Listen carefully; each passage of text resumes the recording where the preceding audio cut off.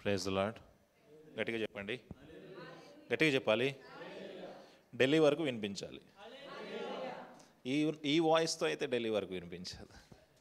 దీని బ్యాటరీ తక్కువ ఉంది.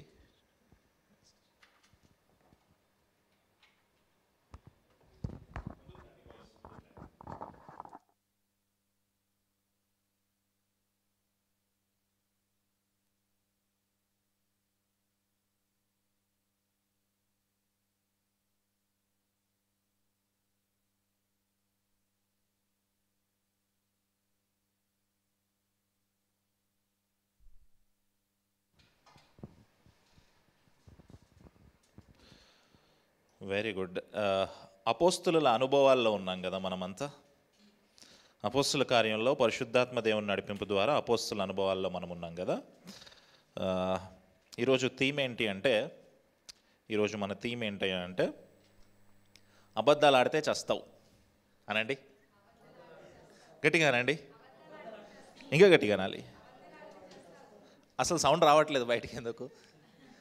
ఒకసారి గట్టిగా చెప్పండి. ఫ్రేమ్ అంతా పోయింది నాన్న, అది చిటి ఫ్రేమ్ పోయింది.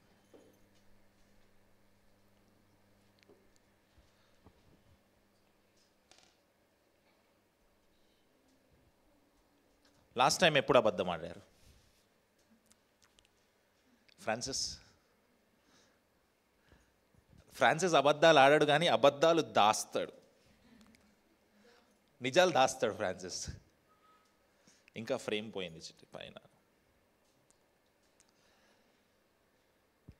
ఒకసారి నాతో పాటు చెప్పండి, అబద్ధాలు ఆడితే చస్తావు అనండి. గట్టిగా అనండి. అబద్ధాలు ఆడితే చస్తామా మనము? ఎన్ని అబద్ధాలు ఆడేస్తుంటాం లైఫ్లో. There are many lies that వి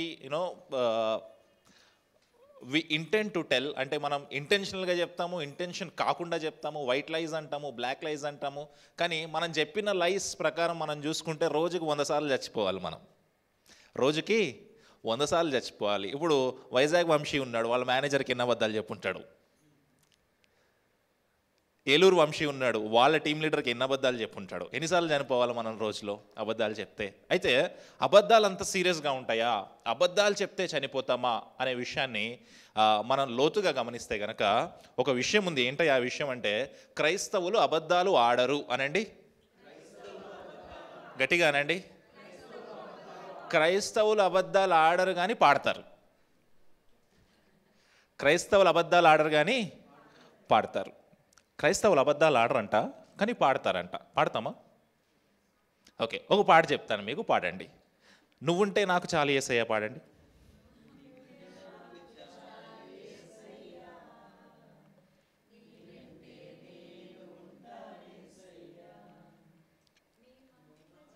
పాడండి.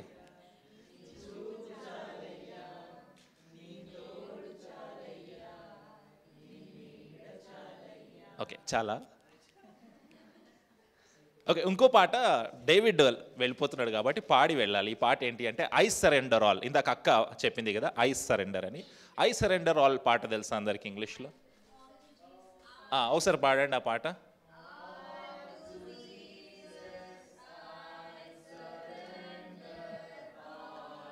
పైన ఓకే ఓకే, ఏం పాడారు ఇప్పుడు మీరు?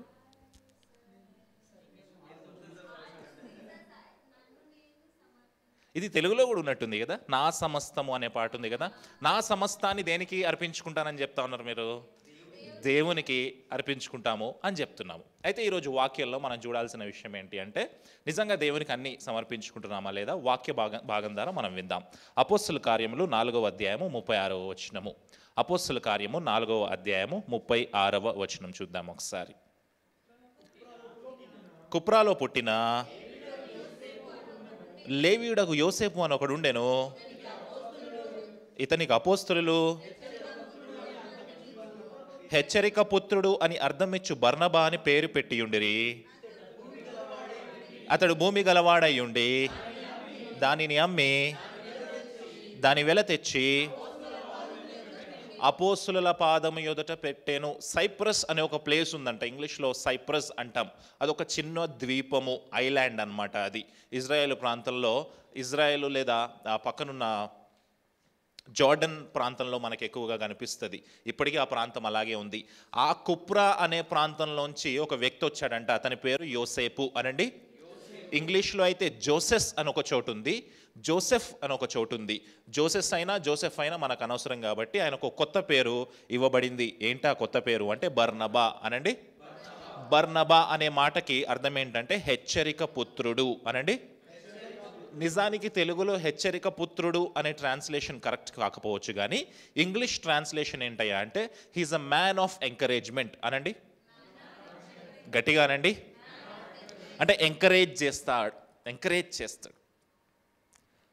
ఆయన పక్కన ఉంటే అందరు ఎంకరేజ్ అవుతారు.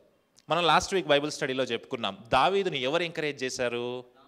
నాతాను ప్రవక్త ఎంకరేజ్ చేశాడు. దేవుడు నీ దృష్టిలో ఏ మాట అయితే ఉంచాడో దాన్ని నువ్వు నెరవేర్చు, దేవుడు నీకు తోడుగా ఉంటాడు అని ఎంకరేజ్ చేస్తాడు. అయితే అలాంటి వ్యక్తి, ఒక వ్యక్తి ఇక్కడ కనిపిస్తా ఉన్నాడు, అతని పేరు బర్నబా.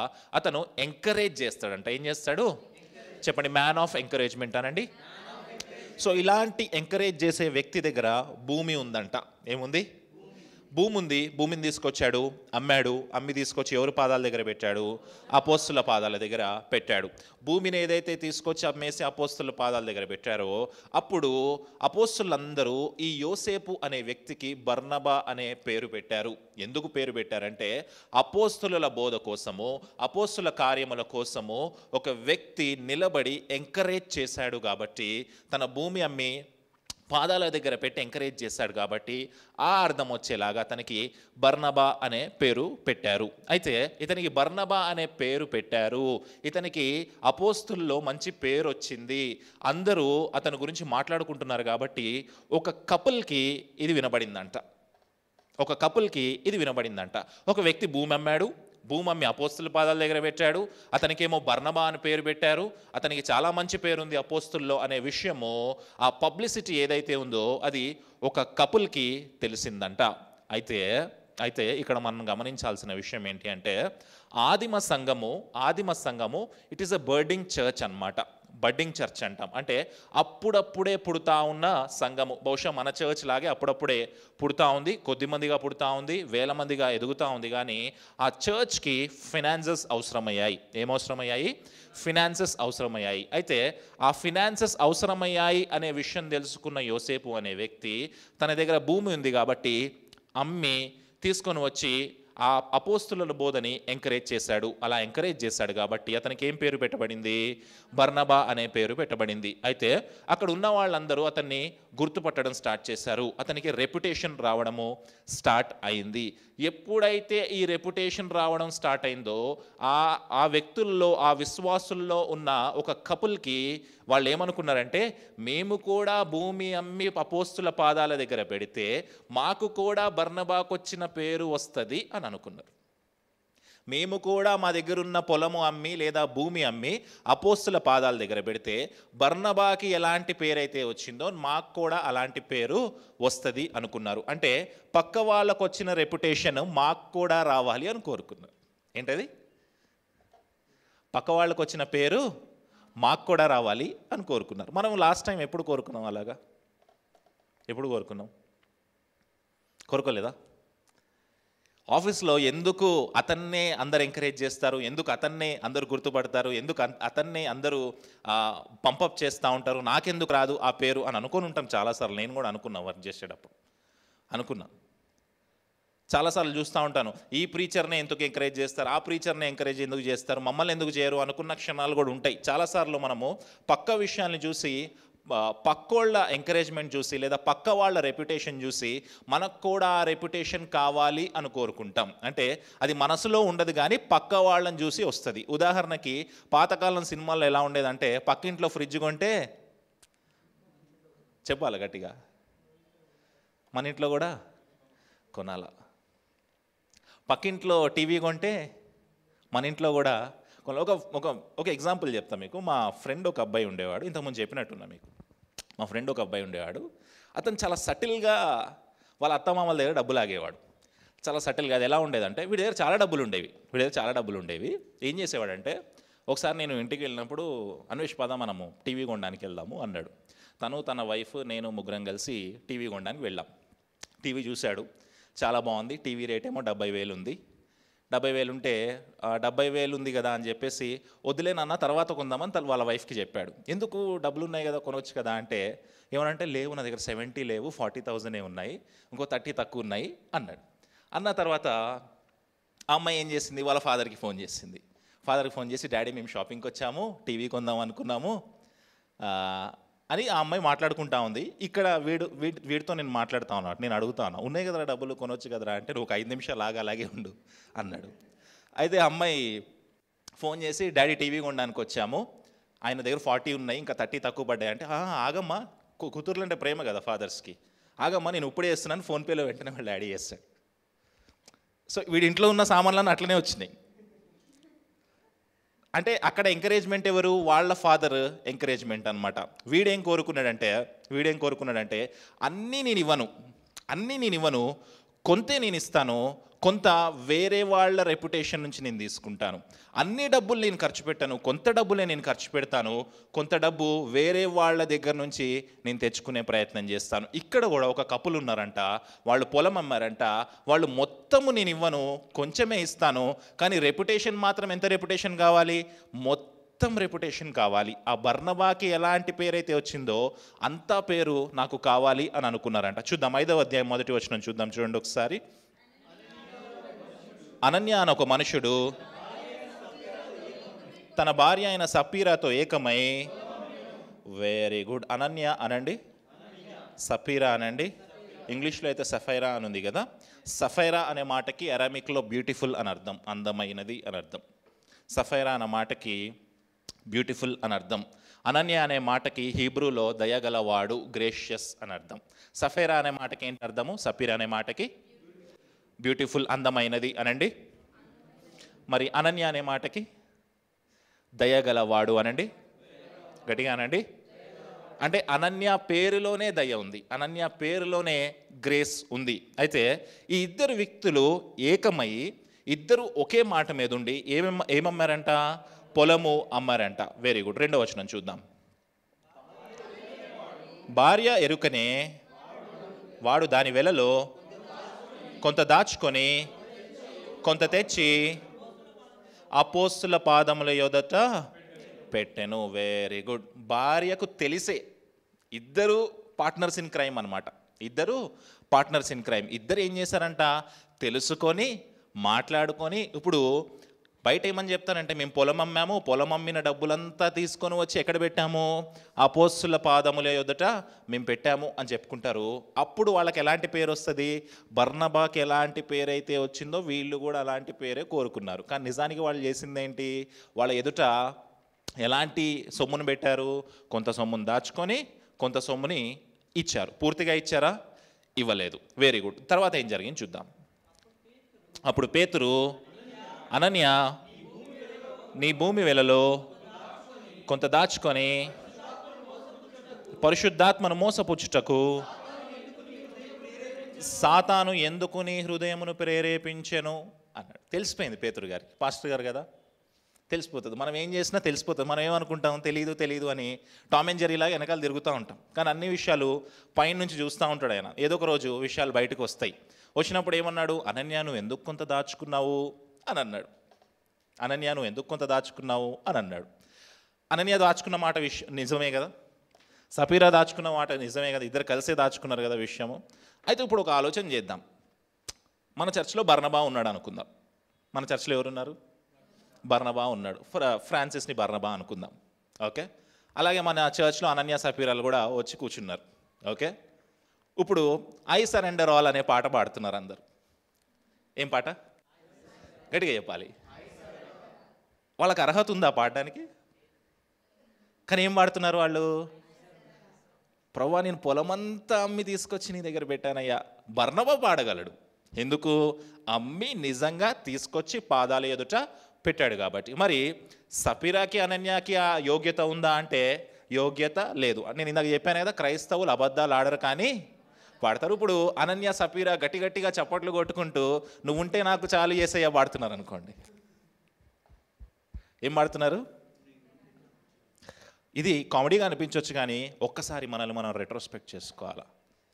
ఏం మాట్లాడుతున్నాం, ఏం పాడుతున్నాం, నిజంగా పాడేది మనసు లోపల నుంచి వస్తుందా, అబద్ధాలు పాడేస్తున్నామా ఆలోచన చేసుకోవాలి. అది మొదటి విషయం. రెండో విషయం ఏంటంటే నిజంగా సంపూర్ణంగా దేవునికి సమర్పించుకున్నామా? ఐ సరెండర్ ఆల్ పాట పాడుతున్నాం కరెక్టే, నా సమస్తము నీకే సమర్పించానయ్యా అనే పాట పాడుతున్నాం కరెక్టే, కానీ నిజంగా సంపూర్ణంగా దేవునికి సమర్పించుకున్నామా?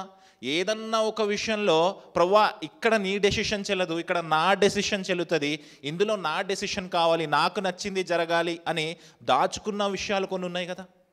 అనన్య సఫీరాలు అమ్మిన పొలంలో కొంత డబ్బు దాచుకున్నట్టే మనం కూడా మన జీవితాల్లో కొన్ని విషయాలు దాచుకుంటున్నామేమో. సంపూర్ణంగా దేవునికి మన కారు యొక్క స్టీరింగ్ ఇవ్వలేదేమో, సంపూర్ణంగా దేవునికి మన జీవితాన్ని అర్పించలేదేమో, ఏదో ఒక విషయం దాగుందేమో. ఏ విషయం అది? ఏ విషయం అది? నీతో మాట్లాడుతూ ఉన్నాడు దేవుడు ఈరోజు. బహుశా నువ్వు చూస్ చేసుకునే పార్ట్నర్ విషయంలో ప్రభువా నువ్వు ఏదైనా చెయ్యి, నేను బాప్తిసం తీసుకున్నాను, నేను మొత్తం సరెండర్ అయిపోయాను నీకు, కానీ చూస్ చేసుకునే పార్ట్నర్ విషయం మాత్రం నాకు వదిలేయి, అందులో నీ రూల్స్ చెల్లడానికి వీలు లేదు. ప్రభువా నా జాబ్ విషయం మాత్రం నాకు వదిలేస్తాయి, ప్రభువా నా కెరియర్ విషయం మాత్రం నాకు వదిలేస్తాయి, మిగతా ఏదైనా నీకు ఇచ్చేస్తాను ప్రభువా. ఐ సరెండర్ ఆల్ పాట పాడతాం, కానీ ఏదో ఒక విషయం ఉందేమో మన జీవితంలో, దాన్ని పూర్తిగా మనం ఇంకా ప్రభువు పాదాల చెంత సరెండర్ చేయలేదేమో. దేవుడు మాట్లాడుతూ ఉన్నాడు మీతోటి, దేవుడు మీతో మాట్లాడుతూ ఉన్నాడు. ఒకవేళ అలా సరెండర్ చేయని విషయము, ప్రభువు పాదాల దగ్గర పెట్టని విషయం ఏదైనా ఉందనుకో, అది ఈరోజే ఈ మెసేజ్ అయిపోయేలోపే సరెండర్ చేసి దేవుని యొద్ద పశ్చాత్తాపడదాం. హల్లెలూయా. దేవుడు మనతో మాట్లాడుతూ ఉన్నాడు. ఏదైనా ఉందా? నాకు చెప్పక్కర్లేదు. ఉందా? ఉందా? ఒకటి ఉందా? రెండు ఉన్నాయా? చాలా ఉన్నాయా? చాలా ఉన్నాయా? ప్రభువా నా జీవితాన్ని నీకు ఇచ్చిన, ఆల్టర్ కాల్లో పిలుస్తూ ఉంటారు. ఏమని అంటారంటే మీ జీవితాన్ని యేసయ్యకి ఇవ్వడానికి ఎవరు సిద్ధంగా ఉన్నారు అంటే ఒక 4-5 వెళ్తారు, మోకాళ్ళు వేస్తారు, ప్రార్థన చేస్తారు. కానీ ఆల్టర్ కాల్ అయిపోయిన తర్వాత ఆ జీవితంలో సగం భాగం జీవితం మాత్రమే దేవుడికి ఇస్తారు, మిగతా సగం సొంతంగా ఏర్పాటు చేసుకుంటారు, దాచిపెట్టుకుంటారు. కానీ ఆల్టర్ కాల్లో ఏం పాట పాడతారు తెలుసా? ఐ సరెండర్ ఆల్ పాట పాడతారు. మీరందరూ పాటలు పాడుతూ ఉంటారు, కానీ నాకు పాటలు పాడాలంటే చాలా భయం, చాలా భయం. మీరు అంటారేమో నువ్వు ఉంటే నాకు చాలు యేసయ్యా అని మీరు అనగలరు, నేను అనలేను. అనగలమా? పాడండి ఒకసారి. ఇంకేం పాడతారా? పర్వాలేదు, పాడండి, గట్టిగా పాడండి.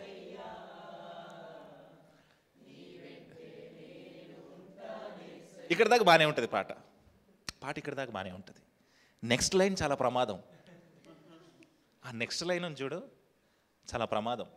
అందుకే ఈ పాట పాడాలన్నా, అంటే ఏవైనా పాటలు పాడాలన్నా నాకు చాలా భయం వేస్తుంది. అమ్మో, పాట ఊరికినే పాడేస్తాం కదా, ఊరికినే అనేస్తాం కదా, ఐ సరెండర్ ఆల్ అనేస్తాం, నా సమస్తము నీకే ప్రభువా అనేస్తాం కదా. కానీ రాసిన వ్యక్తి ప్రభు పాదాల దగ్గర ఏం సరెండర్ చేస్తే ఆ పాట రాశాడు మనకు తెలియదు. పాడేస్తాం, అవసరమైతే కవర్ సాంగ్ తీసి యూట్యూబ్లో కూడా పెట్టేస్తాం. పాడండి, నా మాట చాలు, నీ మాట చాలయ్యా,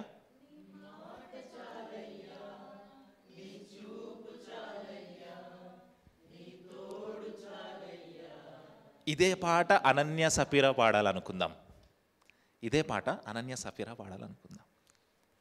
నీ మాట చాలదయ్యా, నీ చూపు చాలదయ్యా. చాలదు కదా, నాకు కూడా చాలదేమో బహుశా. ఎందుకు? మన ఇన్సైడ్ కోరికలు కొన్ని ఉంటాయి. నాకు మా ఆవిడ కావాలి, మా ఆవిడ కావాలయ్యా, ఒక కొత్త ఇల్లు కావాలయ్యా, ఒక కారు కావాలయ్యా, కావాలి కదా మనకు కూడా. కానీ ఏం పాట పాడతాము? దేవుడు ఈరోజు మనతో మాట్లాడుతూ ఉన్నాడు. దేవుడు ఈరోజు మనతో మాట్లాడుతూ ఉన్నాడు. వాక్యము చదివేటప్పుడు, పాట పాడేటప్పుడు చాలా జాగ్రత్తగా ఉండాలి క్రైస్తవులు. వాక్యము చదివేటప్పుడు పాట పాడేటప్పుడు చాలా జాగ్రత్తగా ఉండాలి. ఎందుకు? సన్నిధిలో నిలబడి నువ్వు పాట పాడుతున్నావు, సన్నిధిలో నువ్వు నిలబడి నా సమస్తాన్ని నీకు ఇస్తాను ప్రభువా అంటున్నావు అంటే నీ పెదాలతో అనేస్తా ఉన్నాయేమో, but you are making a covenant with God. దేవునితో నువ్వు నిత్య నిబంధన చేస్తూ ఉన్నావు. ఆ కన్విక్షన్ లేకుండా పాట పాడొద్దు, ఆ కన్విక్షన్ లేకుండా బైబిల్ చదవద్దు, ఆ కన్విక్షన్ లేకుండా ఉత్తినే నోటికొచ్చిన మాటలు పలికేయొద్దు. దేవుడు మీతో మాట్లాడతాను. అనన్య సఫీరలాగా ఏమంటాం, వాళ్ళని వేషధారులుగా ఉండొద్దు, వేషధారులుగా ఉండొద్దు. ఇద్దరు ఏకమై వేశారంట స్కెచ్, అది కలిసి వేశారంట స్కెచ్. పీటర్కి తెలిసిపోయింది, పేతురుకి తెలిసిపోయింది. ఏమన్నాడు తెలుసా? పరిశుద్ధాత్మ దేవుణ్ణి శోధించడానికి, చదవండి ఒకసారి విషయము, పరిశుద్ధాత్మను మోసపుచ్చుటకును సాతాను ఎందుకు నీ హృదయము ప్రేరేపించును. దేవుడు ఈరోజు మీతో మాట్లాడుతూ ఉన్నాడు. ఎందుకు మీరు పరిశుద్ధాత్మ దేవుని శోధిస్తూ ఉన్నారు? ఎందుకు మీ నోటి మాటలతో ఊరికే చెప్తా ఉన్నారు? ఎందుకు సాతాను మిమ్మల్ని ప్రేరేపిస్తూ ఉన్నాడు? ఎందుకు మీ జీవితం మొత్తాన్ని యేసయ్యకి ఇచ్చేసానని చెప్తా ఉన్నారు, కానీ కొంత భాగాన్ని ఎందుకు దాచుకున్నారు? దేవుడు మీతో నాతో మాట్లాడుతూ ఉన్నాడు ఈరోజు. ఎందుకు సాతాను మిమ్మల్ని ప్రేరేపిస్తూ ఉన్నాడు?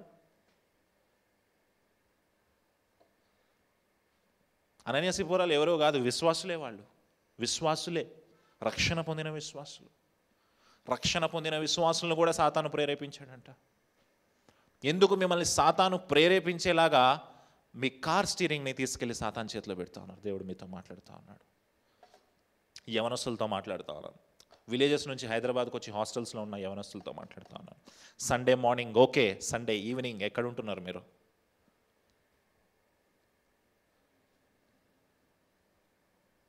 ధైర్యంగా మీ మొబైల్స్ నా చేతికి ఇస్తారా? మీ మొబైల్ హిస్టరీ నేను చూడొచ్చా? అప్పట్లో దావీదు గారు బేడ మీదకెక్కి బాల్కనీలోకి వెళితే బత్షెబా కనిపించింది. మేడ మీదకి ఎక్కి బాల్కనీలోకి వెళ్తే బత్షెబా కనిపించింది. మనం ఇన్స్టాగ్రామ్ రీల్స్కి వెళ్తే చాలు, బత్షెబాలు అక్కడే ఉన్నాయి, మన టెంప్టేషన్ అక్కడే ఉంది. చెల్లి తమ్ముడు, మీతో మాట్లాడుతూ ఉన్నాను ఈరోజు. మీ పేరెంట్స్కి తెలీదు, మీ పేరెంట్స్ ఎక్కడ ఉంటారు, మీ మీద ఎంతో నమ్మకం పెట్టుకొని ఉంటారు, ఇక్కడే ఉంటారు మీరు. దేవుడు మీతో మాట్లాడుతూ ఉన్నాడు. ఏదో ఒక విషయం మీలో దాగుంది ఈరోజు. అనన్య సిపోరా దాచిపెట్టినట్టుగా ఏదో ఒక విషయాన్ని మీరు దాచిపెట్టారు. ఆ విషయము ఈరోజు మీరు ప్రభు పాదాల చెంత పెట్టి వెళ్ళవలసిందే, వేరే ఆప్షన్ మీకు లేదు. చెప్పండి, ఈరోజు మేము ప్రతి విషయాన్ని, గట్టిగా చెప్పాలి, ప్రతి విషయాన్ని ప్రభు పాదాల చెంత పెట్టి వెళ్తాము. మాకు వేరే ఆప్షన్ లేదు. ఒకవేళ పెట్టకపోతే ఏం జరుగుతుంది తెలుసా? పెట్టకపోతే ఏం జరుగుతుంది తెలుసా? నెక్స్ట్ వచనం చూద్దాం. అది నీ యొద్ద ఉన్నప్పుడు నీదే కదా, అది అమ్మిన పిమ్మట నీ వశమై ఉండలేదా? ఎందుకు ఈ సంగతి నీ హృదయంలో ఉద్దేశించుకొనుచున్నావు? అది అమ్మకముందు నీదే కదా. అసలు నువ్వు డెసిషన్ తీసుకోకముందు నీ లైఫ్ నీదే. డెసిషన్ తీసుకున్న తర్వాత నీ లైఫ్ ఆయనది. డెసిషన్ తీసుకున్న తర్వాత నీ లైఫ్ ఆయనది. కానీ అనన్య సిపోరా ఏం చేశారంట? డెసిషన్ తీసుకొని డబ్బులు ఇచ్చేస్తాము అని పాదాల చెంత పెట్టాలి అని రెప్యుటేషన్ కోరుకున్నారు, కానీ కొంత భాగాన్ని దాచుకున్నారంట. మనం కూడా కొంత భాగాన్ని దాచుకుంటా ఉన్నాము. అలా కొంత భాగాన్ని దాచుకుంటే ఏం జరుగుతుందో తర్వాత విషయం చూద్దాం. నీవు మనుష్యులతో కాదు దేవునితోనే అబద్ధమాడితివని వానితో చెప్పాను. అననీయ ఈ మాటలు వినుచూనే పడి ప్రాణము విడువగా మిగిలిన వారందరికీ మిగుల భయము కలిగెను. దేవుడు మీతో మాట్లాడుతా అన్నాడు. ఇప్పుడు చర్చ్ అంతా వర్షిప్ నడుస్తూ ఉంది. వర్షిప్ టీం అంతా ఐ సరెండర్ ఆల్ పాట పాడుతూ ఉన్నారు. బర్నబా కూడా పాడుతూ ఉన్నాడు. బర్నబా లేచి ఐ సరెండర్ ఆల్ అని చెప్పి చేతులు పైకెత్తి పాడుతూ ఉన్నాడు. వెనకాల అనన్య సిపోరా కూడా ఐ సరెండర్ ఆల్, నా సమస్తము నీకే ఇచ్చానయ్యా అని పాడుతూ ఉన్నారు. టక్మన్ ఒక వ్యక్తి పడిపోయారు అక్కడ. ఎవరా వ్యక్తి? దేవుడు మీతో మాట్లాడుతూ ఉన్నాడు ఈరోజు. దేవుడు మీతో మాట్లాడుతూ ఉన్నాడు ఈరోజు. జడ్జ్మెంట్ వెంటనే వచ్చేసిందంట. జడ్జ్మెంట్ ఎప్పుడు వచ్చింది? వెంటనే వచ్చింది. అది చూడంగానే వినిన వారికి అందరికీ మిగుల భయము, మిగిలిన వాళ్ళందరికీ భయం కలిగిందంట. అప్పుడు ఒక్కొక్కళ్ళు వస్తారు, ప్రభువా నిజంగా నేను సరెండర్ చేయలేదు, కొంత విషయం ఉంది, కొంత విషయాన్ని దాచాను ప్రభువా. తర్వాత అప్పుడు పడుచువారు లేచి వానిని బట్టతో చుట్టి మోసుకొని పోయి పాతి పెట్టిరు. వెంటనే యవనస్తులు వచ్చారంట. యవనస్తులు వచ్చారు, రెడీగా ఉంటారు కదా మనకి ఎప్పుడు, మనం అందరం యవనస్తులే కాబట్టి మనకు తెలియదు. ఓకే, వెంటనే వచ్చారంట. యూదుల సాంప్రదాయం ఏంటంటే చనిపోయిన వెంటనే తీసేయాలి, మనలాగా ఈవినింగ్ వరకు ఐస్ బాక్స్లో పెట్టి ఉంచారు వాళ్ళు. వెంటనే తీసుకొని వెళ్ళిపోయారు. తర్వాత ఏం జరిగింది చూద్దాం. ఇంచుమించు 3 గంటల సేపటికి వాని భార్య జరిగినది ఎరుగక, వెరీ గుడ్, ఇప్పుడు మేడం గారు ఎంట్రీ అయింది. ఇప్పుడు ఎవరు ఎంట్రీ అయింది? మేడం గారికి తెలియదు ఆయన హస్బెండ్ చనిపోయాడు అనే విషయం. బహుశా దాచిపెట్టుకున్న డబ్బు ఉంది కదా, దాచిపెట్టుకున్న డబ్బుతోటి ఏ లలిత జ్యువెలర్స్కి వెళ్ళిందేమో మేడం గారు, వెళ్ళిందేమో, లేదా వేరే ఏదన్నా చోట తక్కువ రేటుకి పొలం వస్తే కొనడానికి వెళ్ళిందేమో. Very good. తర్వాత ఏం జరిగింది చూద్దాం. చూడండి. అప్పుడు పేతురు ఆ భూమిని ఇంతకే అమ్మితిరా, నాతో చెప్పుమని ఆమెను అడిగాను. ఇప్పుడు ఈ సీన్ మనం ఆలోచన చేద్దాం. అనన్య చనిపోయాడు, తీసుకొని వెళ్ళిపోయారు. ఇప్పుడు ఎవరు ఎంట్రీ అయింది లోపలికి? సపీరా ఎంట్రీ అయింది. పేతురు గారు కూర్చొని ఉన్నాడు. ఆమె వచ్చింది. ప్రైజ్ లార్డ్ పేతురు గారు అన్నది. ప్రైజ్ లార్డ్ అమ్మ అన్నాడు. పిలిచాడు. పిలిచిన తర్వాత ఏమీ తెలియనట్టు వచ్చి కూర్చొని ఉంటుంది. పేతురు గారు అని ఉంటారు, అనన్య ఎక్కడికి వెళ్ళావు అంటే, ఎక్కడికో బయటికి వెళ్ళాను, షాపింగ్కి వెళ్ళాను అని చెప్పుంటుంది. సారీ, సపీరా చెప్పుంటుంది. అలాగా చెప్పిన తర్వాత మీ ఆయన అనన్య ఎక్కడున్నాడమ్మా అని అంటే, ఏమో పాస్టర్ గారు తెలియదు, ఆయన కోసమే వెతుకుతా ఉన్నాను, చాలా వాట్సాప్ కాల్స్ చేశాను, మెసేజ్ పెట్టాను, రెస్పాండ్ అవ్వట్లేదు, ఎక్కడ పోయాడు అంటే, పేతురు గారు ఇలా అని ఉంటాడు, నిన్ను చూడడానికి ఆయన చచ్చిపోతున్నాడమ్మా ఇక్కడ అని ఉంటాడు. నిజంగా చచ్చిపోయి ఉన్నాడు అక్కడ ఆయన, ఆ విషయం ఆమెకు తెలియదు. లోపలికి వచ్చి ఏమంటా ఉంది, నువ్వు ఇంతకే అమ్మావా అని చెప్పి పేతురు అడిగితే ఆమె కూడా ఏం ఆన్సర్ చెప్తుంది చూడండి. అక్కడ సేమ్ ఆన్సర్ రిపీట్ చేస్తారు చూడండి. ఇంతకే అని చెప్పాను. క్రైమ్లో ఎవరు ఇన్వాల్వ్ అయ్యారు ఇప్పుడు ఇక్కడ? సపీరా కూడా బహుశా మంచి భార్య భర్తలు ఇద్దరు, అన్యోన్య దాంపత్యం అనమాట. మ్యారేజ్ ఓవ్స్ ఉంటాయి కదా, మ్యారేజ్ ఓవ్స్ గుర్తున్నాయా? పెళ్ళి కాని వాళ్ళు కాదు, పెళ్ళైన వాళ్ళు చెప్పాలి. మ్యారేజ్ ఓవ్స్ గుర్తున్నాయా? ఏది నన్ను చావు తప్ప ఏది నన్ను ఎడబాటు చెయ్యదు అని ప్రామిస్ చేస్తాం కదా, నిజంగా వాళ్ళ జీవితంలో నెరవేరింది అది. నిజంగా వాళ్ళ జీవితంలో నెరవేరింది అది. నీ కష్టంలో నేను తోడుగా ఉంటాను, నీ సుఖంలో తోడుగా ఉంటాను అని చెప్పి మ్యారేజ్ ఓవ్స్ చేస్తాం కదా, నిజంగా వాళ్ళ జీవితంలో నెరవేరింది అది. ఎలా అయితే అనన్య గారు స్క్రిప్ట్ రాసుకొని వచ్చి అబద్ధం చెప్పాడో, సేమ్ అబద్ధము ఆమె అక్కడ రిపీట్ చేస్తూ ఉంది. రిపీట్ చేసిన వెంటనే ఏమైందో చూద్దాం. అందుకు పేతురు ఏకీభవించితిరి, ఇదిగో నీ పెనిమిటిని పాతి పెట్టిన వారి పాదములు వాకిటనే ఉన్నవి, వారు నిన్ను మోసుకొని పోవుదరని ఆమెతో చెప్పాను. వెంటనే ఆమె పాదముల యొద్ద పడి, very good, I surrender all పాట నడుస్తుంది. సెకండ్ వికెట్ పడిపోయింది. ఆలోచన చేద్దాం, ఒకసారి ఆలోచన చేద్దాం. ఏదో దాచిపెట్టింది, ఇద్దరూ చనిపోయారు. అంత ఇమ్మీడియట్ జడ్జిమెంట్ అవసరం అంటారా? అంత ఇమ్మీడియట్గా చనిపోవడం అవసరం అంటారా? స్టార్టింగ్లో మీకు టైటిల్ చెప్పాను కదా, అబద్ధం ఆడకురా చస్తావు అనండి. అదేదో సీన్ చూస్తూ ఉంటాయి, అబద్ధం ఆడితే ఆకులు రాలుతూ ఉంటాయి, చివరిలో చచ్చిపోతాడని ఏదో అంటారు కదా, అట్లా. ఇప్పుడు అనన్య అబద్ధం చెప్తుంటే ఆకులు రాలుతున్నాయి అనమాట. ఇలా సఫీరా అబద్ధం చెప్తే ఆకులు రాలుతున్నాయి. అట్లా చెప్పండి, అబద్ధం ఆడుకురా చస్తావు. వాళ్ళ జీవితంలో నెరవేరింది. నేనేమంటానంటే, అంత సివియర్ జడ్జ్మెంట్ అవసరమా? వాళ్ళు చేసిన పెద్ద పాపం ఏముంది? అబద్ధం ఆడరు కదా, పెద్ద పాపమా?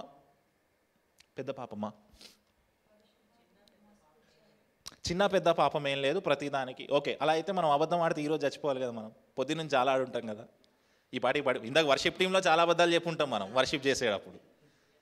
చనిపోయి ఉండాలి కదా. ఎందుకు అంత సివియర్ జడ్జ్మెంట్ దేవుడు అలౌ చేశాడు అక్కడ? వెంటనే చనిపోయేంత జడ్జ్మెంట్ ఎందుకు అలౌ చేశాడు అంటే, యోహాను భక్తుడు పాపాన్ని, టోటల్ సిన్ని ఒక 3 పార్ట్స్గా డివైడ్ చేశాడు. యోహాను భక్తుడు టోటల్ సిన్ని 3 పార్ట్స్గా డివైడ్ చేశాడు. యోహాను రాసిన మొదటి పత్రిక 2వ అధ్యాయము 16వ వచనము. మొదటి యోహాను పత్రిక 2వ అధ్యాయము 16వ వచనము. అందరు తీస్తే కలిసి చదువుదాం. మొదటి యోహాను 2వ అధ్యాయము 16వ వచనము. తీసారా? రెడీ? చదవండి. లోకంలో ఉన్నదంతయు అనగా శరీరాశయు, నేత్రాశయు, జీవపు డంబమును ఎవరి వల్ల పుట్టినవి కాదు. మొత్తం పాపాన్ని 3 విషయాల్లోకి యోహాను గారు కంప్రెస్ చేసి చెప్తా ఉన్నాడు. ఏంటవి? శరీరాశ, నేత్రాశ, జీవపు డంబము. ఈ 3 విషయాల్లో అనన్య సపీరా ఎందులో పడిపోయారు అని మీరు అనుకుంటున్నారు? ఒకసారి చెప్పండి నాకు. ఎలా చెప్తావు జీవపు డంబము అని? వెరీ గుడ్, పేరు కావాలని కోరుకున్నారు. ఓకే, అది అయిపోయింది. ఇంకా 2 విషయాలు ఎందుకు కాదనుకుంటున్నారు? శరీరాశ, నేత్రాశ. ఎలా మూడిట్లో పోయారు? డబ్బు చూడగానే ఓకే, అందరి ముందు ఫేమ్ వస్తుందని. ఓకే, డబ్బు చూడంగానే ఆశ పుట్టింది. అది శరీరాశ, నేత్రాశ? సరిగ్గా చెప్పాలి, సరిగ్గా చెప్పాలి. శరీరాశ, నేత్రాశ. Is it coming from the flesh or is it coming from the eyes? నేను అంటాను శరీరాశ అంటాను. ఫ్లెష్లోంచి వస్తూ ఉన్న కోరిక అది. ఎందుకు ఆల్రెడీ వారు విశ్వాసులుగా ఉన్నారు కదా. ఆల్రెడీ వారు విశ్వాసులుగా ఉన్నారు. వాళ్ళల్లో ఎవరు ఉన్నారు? పరిశుద్ధాత్మ దేవుడు ఉన్నాడు. Holy spirit is residing in them. కానీ ఏం యాక్ట్ చేస్తుంది? స్పిరిట్ యాక్ట్ చేయట్లేదు, ఫ్లెష్ యాక్ట్ చేస్తుంది. ఆ శరీరాశలోంచి వచ్చిన విషయమై ఉండొచ్చు. బహుశా నేత్రాశ తర్వాత వస్తుంది. ఎప్పుడు వస్తుంది? అనన్య గారు లోపలికి వెళ్ళిన తర్వాత ఈమె బంగారం కొనుక్కోవడానికి వెళ్ళింది చూడండి. అప్పుడు చీరలు చూసి, బంగారం చూసి, అప్పుడు నేత్రాశ కలిగి ఉండొచ్చు. కానీ ఫస్ట్ వాళ్ళు పడిపోయింది ఎక్కడయ్యా అంటే శరీరాశ దగ్గర పడిపోయారు. అంతకంటే ఇంపార్టెంట్గా ఎక్కడ పడిపోయారంటే జీవపు డంబము దగ్గర పడిపోయారు. ప్రైడ్ ఆఫ్ లైఫ్ దగ్గర పడిపోయారు. అంటే ఈ డబ్బులు ఇస్తే మనకి పేరు వస్తుంది అనే చోట పడిపోయారు. ఈ 3 పార్ట్స్లో కూడా మ్యాక్సిమం వాళ్ళు పడిపోయినట్టుగా మనం చూస్తాం. ఒకవేళ ఆ 3 విషయాల్లో పడిపోయినప్పటికీ జడ్జిమెంట్ అంత సివియర్గా ఉండడము కరెక్టేనా? జడ్జ్మెంట్ అంత సివియర్గా ఉండడము కరెక్టేనా? ఎంతమంది కరెక్ట్ అనుకుంటున్నారు దాన్ని? ఎంతమంది ఆ ఇమీడియట్ జడ్జ్మెంట్ కరెక్ట్ అని మీరు అనుకుంటా ఉన్నారు? ఎంతమంది రాంగ్ అని అనుకుంటా ఉన్నారు? కరెక్ట్ అన్న వాళ్ళు చేయొద్దండి, రాంగ్ అన్న వాళ్ళు చేయొద్దండి. దేనికి ఎత్తరా? అయితే ఈ విషయాన్ని, ఈ జడ్జ్మెంట్ని మనం చూసేటప్పుడు ఆ కాంటెక్స్ట్ని కూడా మనం గమనించాలి. అది ఏ కాంటెక్స్ట్ అయ్యా అంటే అది ఎర్లీ చర్చ్, ఆదిమ సంఘము. ఆదిమ సంఘము పరిశుద్ధాత్మ దేవుని ద్వారా నింపబడి పరిశుద్ధాత్మ దేవుని ద్వారా నడిపించబడతా ఉంది. ఇప్పుడు సంఘము నడిపించబడట్లేదా అంటే నడిపించబడతా ఉంది. కానీ అది బడ్డింగ్ చర్చ్, స్టార్టింగ్ స్టేజ్లో ఉన్న చర్చ్. ఈ స్టార్టింగ్ స్టేజ్లో ఉన్న చర్చ్లో దేవుడు కాంప్రమైజ్ అవ్వడానికి ఇష్టపడట్లేదు. అందుకే ఇమీడియట్గా సివియర్ జడ్జ్మెంట్ వాళ్ళ మీదకి దేవుడు ఎలౌ చేశాడు. ఎందుకు ఎలౌ చేశాడు అంటే అది వినైనా మిగతా వాళ్ళు మారతారేమో అనే విషయాన్ని ఆయన చెప్పడం కోసం దాన్ని ఎలౌ చేశాడు. అయితే ఇక్కడ విషయం ఏంటయ్యా అంటే మీకు ప్రశ్న. అనన్య సపీరాలు పరలోకానికి వెళ్తారా, నరకానికి వెళ్తారా? అనన్య సపీరాలు పరలోకానికి వెళ్తారా, నరకానికి వెళ్తారా? నరకము అని ఎంతమంది అనుకుంటున్నారు? చేయొద్దండి. ఓకే, అనన్య సపీరాలు పరలోకానికి వెళ్తారని ఎంతమంది అనుకుంటున్నారు? ఎక్కడికి వెళ్ళకుండా ఏదో ఒక చోటకైతే వాళ్ళు ఖచ్చితంగా వెళ్ళాలి. వాళ్ళు పరలోకానికి వెళ్తారా, నరకానికి వెళ్తారా? ఎందుకు నరకానికి వెళ్తారని మీరు అనుకుంటున్నారు? అట్లా చిన్నదానికి నరకానికి పోతే మన పరిస్థితి ఏంటా? Okay, very good, very good. ఎక్కడికి వెళ్తారు అని అనుకుంటా ఉన్నారు? దానికి సమాధానము రోమిలకు రాసిన పత్రిక 8వ అధ్యాయం 1వ వచనం. రోమిలకు రాసిన పత్రిక 8వ అధ్యాయం 1వ వచనం. అందరు తీసారా? చదుదాం. కాబట్టి ఇప్పుడు క్రీస్తు యేసునందున్న వారికి ఏ శిక్షా విధియో, మళ్ళీ చదవండి.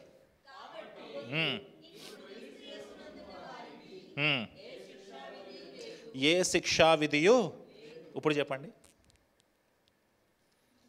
ఇప్పుడు చెప్పండి, పరలోకానికి వెళ్తారా, నరకానికి వెళ్తారా? ఇంకా నరకం మీద డిసైడ్ అయ్యున్నా? ఆన్సర్ చెప్తున్నా మరి నేను. Very good. నేను అనుకోవడం ఏంటంటే పరలోకం వెళ్ళొచ్చు, బట్ నాకు తెలియదు. ఎప్పుడు తెలుస్తుంది? మనమందరము మరి వెళ్దాము అనండి గట్టిగా. మరి వెళ్ళాలి అంటే దాచుకున్నది ఒకటి ఉంది కదా, ఆ విషయాన్ని విడిచిపెట్టాలి. విడిచిపెట్టడానికి సిద్ధంగా ఉన్నావా? దేవుడు నీతో మాట్లాడుతూ ఉన్నాడు. విడిచిపెట్టడానికి సిద్ధంగా ఉన్నావా? దేవుడు నీతో మాట్లాడుతున్నాడు. విడిచిపెట్టకపోయినా నువ్వు నరకానికి వెళ్తావు. నరకానికి వెళ్ళినా తెలుస్తుంది అనన్య సిపోరాలు ఎక్కడికి వెళ్ళారు. ఒకవేళ అనన్య సిపోరాల్లాగా వేషధారణతో నువ్వు ఉన్నావా? దేవుడు నీతో మాట్లాడుతూ ఉన్నాడు. మనం దేవుడి దగ్గర మాత్రమే వేషధారణ కాదు, మనం మన భార్య దగ్గర, భార్య దగ్గర, భార్య భర్త దగ్గర కూడా వేషధారణ చేస్తారు. ఎక్కువ తల్లిదండ్రుల దగ్గర కూడా వేషధారణ చేస్తూ ఉంటాం. మనం ఇంట్లో ఉండే లైఫ్ వేరు, మన కాలేజ్లో ఉండే లైఫ్ వేరు. ఒకవేళ అలా ఉంటా ఉన్నావా? దేవుడు ఈరోజు నీతో మాట్లాడుతున్నాడు. ముందుకు వెళ్దాం. వెంటనే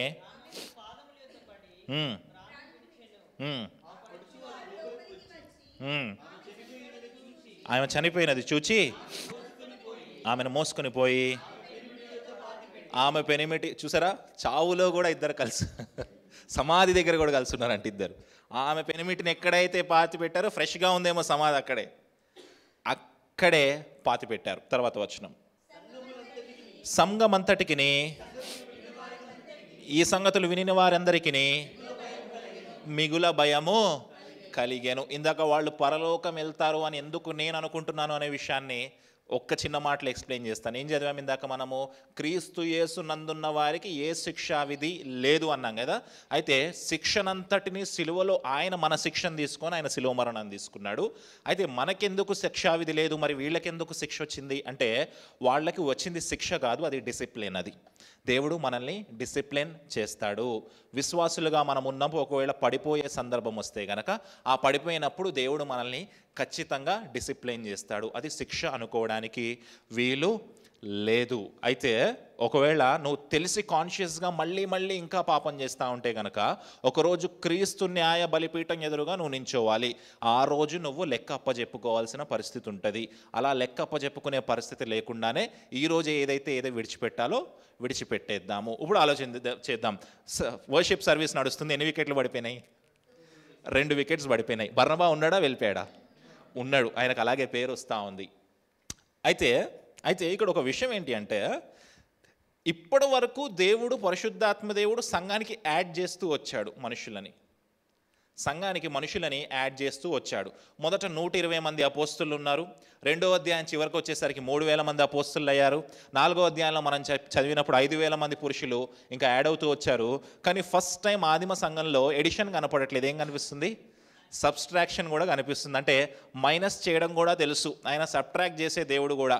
సంఘంలో ఎవరు నుంచాలి, ఎవరు తీసేయాలి అనే విషయం కూడా ఆయనకి తెలుసు. ఎప్పుడైతే వీళ్ళని సబ్స్ట్రాక్ట్ చేశాడో, వాళ్ళందరూ ఆ విషయాన్ని విని ఏమయ్యారంట? సంగతులు వినిన వారందరికీ మిగుల భయము, వెంటనే భయం పుట్టుకుందంట. వెంటనే ఏం పుట్టుకుంది? Very good. 12వ వచనంలోకి వెళ్దాం.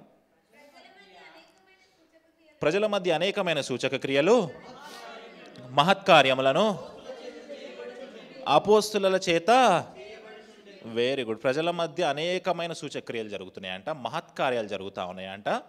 ఎవరు చేస్తున్నారంట ఆ విషయాలు? ఎందుకు చేస్తున్నారు?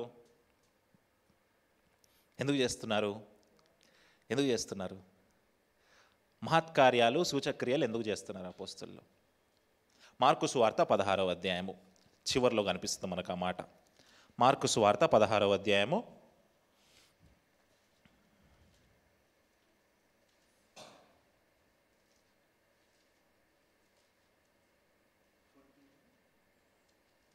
16వ అధ్యాయంలో ఒక చోట కనిపిస్తుంది చూడండి ఆ మాట. నేను రిఫరెన్స్ మర్చిపోయాను. వారు ఏ వచనం తల్లి? ఓకే, చదవండి. వారు బయలుదేరి వాక్యమంతటా ప్రకటించిరి. ప్రభు వారికి సహకారుడై ఉండి వెనువెంట జరుగు వచ్చిన సూచక్రియల వలన వాక్యము స్థిరపరచబడుచుండెను. ఇప్పుడు సూచక్రియలు ఎందుకు జరుగుతూ ఉన్నాయి ఇక్కడ? వాళ్ళు చెప్తా ఉన్న వాక్యాన్ని స్థిరపరచడం కోసము సూచక క్రియలు ఒక కన్ఫర్మేషన్ యాక్ట్గా దేవుడు అవి ఆ సంఘములో జరిపిస్తూ ఉన్నాడు. మరి ఇప్పుడు మన దగ్గర ఉన్న సంఘములో వాక్యము మాత్రమే కనిపిస్తూ ఉంది, సూచక క్రియలు ఎందుకు కనపడట్లేదు? అంటే దేవుడు కన్ఫర్మ్ చేయట్లేదా వాక్యాన్ని? అంటే దేవుడు వాక్యాన్ని కన్ఫర్మ్ చేయట్లేదా?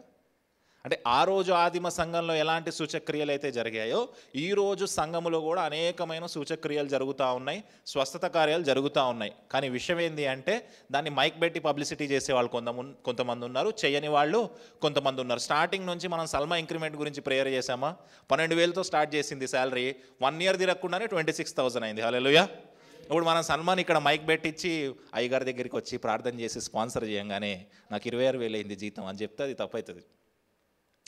లాస్ట్ వీక్ 6 months బ్యాక్ నాకు హెల్త్ ఇష్యూ వచ్చింది, క్యాన్సర్ అన్నారు, అదన్నారు, చాలా విషయాలు జరిగిన తర్వాత మనం అందరం ప్రార్థన చేసిన తర్వాత స్వస్థత వచ్చిందా?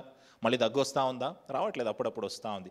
దేవుడు స్వస్థత క్రియలు చేస్తాడు. ఇప్పుడు అక్క నేను నిలబడి మా సంఘంలో మేము అందరం ప్రార్థన చేయంగానే క్యాన్సర్ వెళ్ళిపోయింది, దగ్గు వెళ్ళిపోయింది అని చెప్పాను అనుకోండి, దట్ ఈస్ రాంగ్. ప్రతి సంఘములో కూడా వాక్యమును కన్ఫర్మ్ చేయడానికి సూచక క్రియలు, అద్భుత కార్యాలు జరుగుతాయి. కానీ దాన్ని పబ్లిసైజ్ చేసే అవసరము కొంతమంది చేస్తారు, కొంతమంది చేయరు. కొంతమంది ఎందుకు పబ్లిసైజ్ చేస్తారు అంటే వాళ్ళ స్వలాభం కోసం పబ్లిసైజ్ చేయొచ్చు, కొంతమంది చేయరు. అలాగే ఆదిమ సంఘంలో కూడా వాక్యాన్ని స్థిరపరచడం కోసం ఏం జరిగాయంట? అద్భుత కార్యాలు, సూచక్రియలు జరిగాయి. తర్వాత వచనంలోకి వెళ్దాం. మరియు వారందరూ ఏక మనస్కులై సొలొమోను మండపములో ఉండిరి. సొలొమోను మండపం ఎక్కడుంది? సొలొమోను మండపం ఎక్కడుంది? సోలమన్స్ పోర్ట్రికో అని ఉంటుందేమో ఇంగ్లీష్లో నాకు తెలిసి. సొలొమోను మండపం ఎక్కడ ఉంది అంటే దేవాలయములోనే ఉంది. యెరూషలేము దేవాలయంలోనే ఒక చోట ఒక సభాస్థలిలాగా సొలొమోను మండపము అనేది ఒకటి ఉంది. అక్కడికే వెళ్ళి కూడుకుంటున్నారంట. వీళ్ళు యూదులా క్రైస్తవులా? వీళ్ళు యూదులా క్రైస్తవులా? క్రైస్తవులే కదా, క్రైస్తవులైన యూదులు. ఇప్పుడు ఈ క్రైస్తవులైన యూదులు మళ్ళీ యెరూషలేము దేవాలయం దగ్గరికి వెళ్ళొచ్చా? అంటే వెళ్ళొచ్చు. ఇప్పుడు మనము యెరూషలేముకి వెళ్తూ ఉంటాం కదా, యెరూషలేముకి వెళ్ళి ఆ దేవాలయం మనం చూస్తుంటాం కదా, అలాగే వాళ్ళు కూడా వాళ్ళ యూదా మతాచారాలను విడిచిపెట్టారేమో కానీ ఆ సభాస్థలను ఏమనుకున్నారంటే యేసుక్రీస్తు కూడా దేవుడే అని అంగీకరించారు. కాబట్టి సొలొమోను మండపం దగ్గరికి వెళ్ళి వాళ్ళకి ఏం లేదు. బేసిక్గా ఎందుకు సొలొమోను మండపానికి వెళ్తా ఉన్నారు వాళ్ళు? ఏం లేదు, ఎగ్జాక్ట్లీ ప్లేస్ లేదు, చర్చ్ లేదు కాబట్టి ఏదైతే అవైలబుల్గా ప్లేస్ ఉందో ఆ ప్లేస్ దగ్గరికి వెళ్ళి వాళ్ళందరూ సమాజముగా అక్కడ కూడుకుంటా ఉన్నారు. అక్కడ ఏం చేస్తున్నారు చూద్దాం.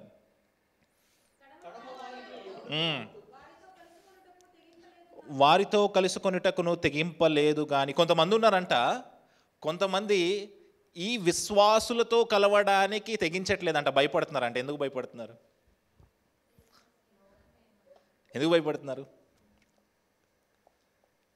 కడమవారు కొంతమంది ఉన్నారంట, వాళ్ళు వీళ్ళతో కలవడానికి భయపడుతున్నారంట. ఎందుకు భయపడుతున్నారు? అప్పుడే ఏం జరిగింది? చచ్చిపోయారు కదా, చూశారు, భయపడ్డారు. అమ్మో వీళ్ళు చాలా పరిశుద్ధంగా ఉన్నారు, వీళ్ళల్లోకి వెళ్తే ఆ పరిశుద్ధతను మనం తట్టుకోలేము, మన లైఫ్ మనదే అని కొంతమంది కలవడానికి ఇబ్బంది పడ్డారంట. తర్వాత వచనం, ప్రజలు వారిని గనపరచుచుండిరి, పురుషులను స్త్రీలను అనేకులను మరియు ఎక్కువగా విశ్వాసులై ప్రభు పక్షమున చేర్చబడి. ఈ 5వ అధ్యాయంలో 2 సబ్స్ట్రాక్ట్ అయ్యారు, కానీ ఎంతమంది యాడ్ అవుతున్నారు? పురుషులు, స్త్రీలు, అనేకులు యాడ్ అవుతున్నారంట. చాలామంది యాడ్ అవుతా ఉన్నారు. చాలామంది ఏమనుకుంటారు తెలుసా? ఈ చర్చిలోంచి నేను వెళ్ళిపోతే ఈ చర్చ్ ఆగమైపోతుంది, నేను తప్ప ఈ చర్చికి వేరే దిక్కు లేదు అని అనుకుంటారు. నువ్వు ఒక్కడు వెళ్ళిపోతే 100 మందిని తీసుకొస్తాడు దేవుడు. హల్లెలూయా. దేవుడికి సబ్ట్రాక్ట్ చేయడం తెలుసు, దేవుడికి మల్టిప్లై చేయడం కూడా తెలుసు. చాలామంది ఏమనుకుంటారంటే దేవుడు యాడ్ చేస్తాడు అనుకుంటారు. 1 + 1 2 అవుతుంది, కానీ దేవుడు అట్లా యాడ్ చేయడు. దేవుడు ఎడిషన్ ఉండదు, కానీ ఎప్పుడు మల్టిప్లికేషనే ఉంటుంది. 2 × 2 4, 4 × 4 16, అట్లా మల్టిప్లై అవుతూ ఉంటాయి. నీ జీవితంలో ఆశీర్వాదాలు కూడా ఎప్పుడు యాడ్ అవ్వవు, మల్టిప్లై అవుతాయి. అలాంటి దేవుడు మన దేవుడు, గొప్ప దేవుడు. హల్లెలూయా. చూడు, 2 వెళ్ళిపోయారు, ఎంతమంది వస్తూ ఉన్నారు ఇప్పుడు?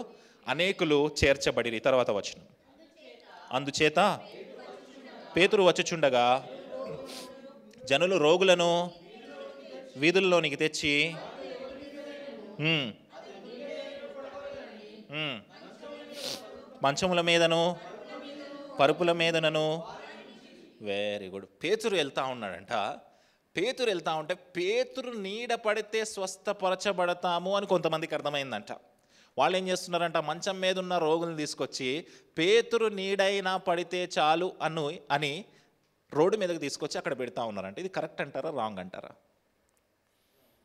ఎందుకు రాంగ్? ఎందుకు కరెక్ట్?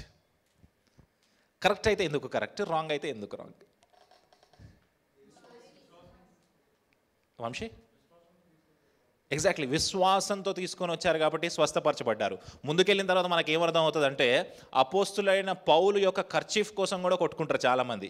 కర్చీఫ్ అని అనకూడదు కానీ ఆయన చెంగుని చింపుకొని వెళ్ళిపోయి దాచుకుంటే స్వస్థత వస్తుందేమో, జ్వరం వచ్చిన వాళ్ళ మీద స్వస్థత వస్తుందేమో అని చెప్పేసి అలా దాచుకున్న వాళ్ళు కూడా ఉన్నారు. విశ్వాసము వలన అప్పుడు ఆ క్రియ జరిగింది. విశ్వాసము వలన అప్పుడు కర్చీఫ్ ద్వారా స్వస్థత జరిగింది. మరి ఇప్పుడు ఇప్పుడు వ్యాపారము జరుగుతుంది, విశ్వాసము లేదు. ఆయిల్ డబ్బా ఉంటుంది, ఆయిల్ డబ్బా కింద నాట్ టు బి సోల్డ్ అని ఉంటుంది, కానీ అమ్ముతాడు తీసుకొచ్చి ఆయన ఖర్చీఫులు అమ్మడానికి వీల్లేదు కానీ అమ్ముతాడు ఒక ఆయన. మరి విశ్వాసము ద్వారా క్రియలు జరుగుతున్నాయేమో మనకైతే తెలియదు, కానీ వ్యాపారం అయితే ఖచ్చితంగా జరుగుతూ ఉంది. దేవుడు మాట్లాడుతూ ఉన్నాడు, మీరు వెనక పరిగెత్తాల్సింది నీడ వెనకాల, కర్చీఫ్ వెనకాల, ఆయిల్ వెనకాల కాదు, కానీ మీరు పరిగెత్తాల్సింది ఎవరి వెనకాల? దేవుని వెనకాల. ఆ విశ్వాసము మీకుంటే నిజంగా ఒక పాస్టర్ గారు నడుస్తుంటే ఆయన నీడ ద్వారా కూడా మీరు స్వస్థపరచబడొచ్చేమో. పాస్టర్ గారికి స్వస్థత వరం ఉంటే అది మీ విశ్వాసం మీద ఆధారపడి ఉంటుంది. అలాగే పాస్టర్ గారి యొక్క విశ్వాసం మీద ఆధారపడి ఉంటుంది. అది ఆదిమ సంఘము బడ్డింగ్ స్టేజ్లో ఉంది కాబట్టి దేవుడు ఎంత ఫుల్ ఫ్లెడ్జ్డ్గా సంఘాన్ని వాడుకోవాలో అంత ఫుల్ ఫ్లెడ్జ్డ్గా ఆ సంఘాన్ని వాడుకుంటున్నాడు. ఇప్పుడు అన్న కర్చీఫుల ద్వారా స్వస్థత వస్తుందా రాదా అంటే నాకు తెలియదు, నన్ను అడగొద్దు. మీరు వెళ్ళి కర్చీఫ్ తెచ్చుకుంటే అది మీ ఇష్టం, నేనేం చేయలేదు. అది మీ విశ్వాసానికి సంబంధించిన విషయం. మీరు బెల్లంపల్లి వరకు ఖర్చులు పెట్టుకొని వెళ్ళి కర్చీఫ్ తెచ్చుకునే బదులు ఇక్కడే సంఘంలో కూర్చొని ప్రార్థన చేస్తే కూడా స్వస్థత కార్యం జరుగుతుంది. దేవుడు స్వస్థత వరం ఇస్తే, దేవుడు మీకు ఆ విశ్వాసాన్ని ఇస్తే అది మీ చేతిలో ఉంటుంది. తర్వాత వచనం చూద్దాం. మరియు రోగులను మోసుకొని కూడి వచ్చిరి, వారందరూ స్వస్థత పొందిరి. Very good. పేతురు నడుస్తూ ఉన్నప్పుడు ఈ కార్యాలన్నీ జరుగుతున్నాయి. కానీ ఇక్కడ గమనించాల్సిన విషయం ఏంటంటే, అక్కడ ఘనత పేతురికి రావట్లేదు, కానీ దేవునికి ఘనత వస్తూ ఉంది. విశ్వాసము దేవుని మీద ఉంది కానీ పేతురు మీద వాళ్ళకి లేదు. ఈరోజు కాంట్రాస్ట్గా ఏం జరుగుతుందంటే, సేవకుడి మీద మనకు ఎక్కువ విశ్వాసం అయిపోయింది, సేవకుడిచ్చే కర్చీఫ్ మీద ఎక్కువ విశ్వాసం అయిపోయింది, సేవకుడిచ్చే నూనె బాటిల్ మీద ఎక్కువ విశ్వాసం అయిపోయింది. అందులో ఏమీ లేదు, దేవాతి దేవునిలోనే అంతా ఉంది. ఇప్పుడు ఫర్ ఎగ్జాంపుల్ ఒక వ్యక్తి బాగా తాగొచ్చి లివర్ పాడు చేసుకున్నాడు అనుకుందాం. ఓకే, వాడికి ఏం చెప్పాలి ఫస్ట్ మనము? అది కాకుండా నేను ఖర్చీఫ్ ఇచ్చి నువ్వు స్వస్థత పొందుతావు అన్నావు అనుకో, అటు స్వస్థత పొందిన తర్వాత మళ్ళీ వెళ్ళి తాగిండి అనుకో, ఏమవుతుంది? ఫస్ట్ దేని బాగు చేయాలా మనము? బ్రతుకు బాగు చేయాలా. తర్వాత ఖర్చీఫా నూనె అనేది సెకండరీ థింగ్ అనమాట అది. అయితే ఈ మధ్యకాలంలో ఎవరు బ్రతుకును బాగా చేయట్లేదు. ఇక్కడ కనపడుతున్నాడు అనుకో, యేసు నామములో నీకు స్వస్థత కలుగునుగాక అంటా ఉన్నారు. వాడు కింద పడతాడు, పైకి లెగుస్తాడు, స్వస్థత వచ్చిందంటాడు, పరిగెడతాడు, వెళ్తాడు, సాక్ష్యం చెప్తాడు, అయ్యగారికి మైలేజ్. మరి వీడు ఇంటికి వెళ్ళిపోయిన తర్వాత వీడు ఏం చేస్తున్నాడు అయ్యగారికి తెలుసా? కనీసం వీడి పేరు కూడా తెలియదు. అలాంటి భ్రష్టత్వంలో సంఘం ఉంది. అలా ఉండకుండా చూసుకునే ప్రయత్నం చేద్దాం. 17వ వచనం. ప్రధాన యాజకుడును సదుకైల తెగవారు లేచి మత్సరంతో నిండుకొని అపోస్తలులను బలత్కారముగా పట్టుకొని పట్టణపు చెరసాలలో ఉంచిరి. Very good. అపోస్తలు ఈ కార్యమంతా చేస్తున్నారు అని చెప్పి ఎవరికి ఇబ్బంది కలిగింది? ప్రధాన యాజకుడికి, సద్దుకైల తెగవారికి. సద్దుకైలందరూ కలిసి వచ్చి ఎవరిని పట్టుకున్నారంట? అపోస్తలుని పట్టుకున్నారు. మెయిన్ క్యారెక్టర్స్ ఎవరై ఉండొచ్చు అందులో? పేతురు, యోహాన్లు అయి ఉండొచ్చు. వీళ్ళందరినీ తీసుకెళ్ళి ఎక్కడ పాడేశారు? చెరసాల్లో పాడేశారు. తర్వాత 19వ వచనంలో కూడా చదువుదాం ఏం జరిగిందో. అయితే ప్రభుదూత రాత్రివేళ ఆ చెరసాల తలుపులు తీసి వారిని వెలుపలికి తీసుకొని వచ్చి, మీరు వెళ్ళి దేవాలయంలో నిలవబడి వెరీ గుడ్. ఎవరు వచ్చారు అక్కడికి?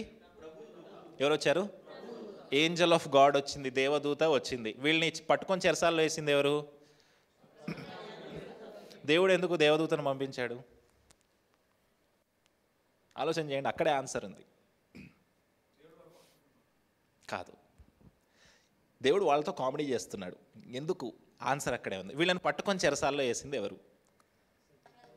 ప్రధాన యాజకులు. ఎగ్జాక్ట్లీ. సదుకాయలు ఎవరు నమ్మరు? దేవదూతని నమ్మరు. వీళ్ళు ఏం చేస్తున్నారు? యేసుక్రీస్తు నామములో దేవదూతలంటూ ప్రచారం చేస్తూ ఉన్నారు. ఇప్పుడు వీళ్ళని తీసుకెళ్ళి సదుకాయలు చెరసాల్లో వేసేస్తే వాళ్ళని రెచ్చగొట్టడానికి దేవుడు ఎవరిని పంపించాడు అక్కడికి? దేవదూతనే స్వయంగా పంపించాడు. ఎవరైతే నీ శత్రువు అనుకుంటా ఉన్నావో, నీ శత్రువు నీలో దేన్ని చూసి నిన్ను ద్వేషిస్తూ ఉన్నాడో దాన్నే ఘనతగా మార్చబోతా ఉన్నాడు దేవుడు. హల్లెలూయా. దేవుడు నీతో మాట్లాడుతూ ఉన్నాడు. దేవుడు నీతో మాట్లాడుతూ ఉన్నాడు. నీలో ఉన్న ఏ టాలెంట్ని చూసి వాళ్ళు నిన్ను నీ గురించి కుళ్ళుకుంటా ఉన్నారో దేవుడు నిన్ను అంతకంతకు ఘనతగా మార్చబోతా ఉన్నాడు. హల్లెలూయా. సదుకేలు ఏమనుకున్నారంట? దేవదూతలు లేరనుకున్నారు. దేవుడు ఎవరిని పంపించాడు? దేవదూతనే పంపించాడు అక్కడికి. వాళ్ళకి చెంప మీద కొట్టేలాగా ఆన్సర్ చెప్పాడు దేవుడు అక్కడ. తర్వాత ఏం జరిగింది చూద్దాం.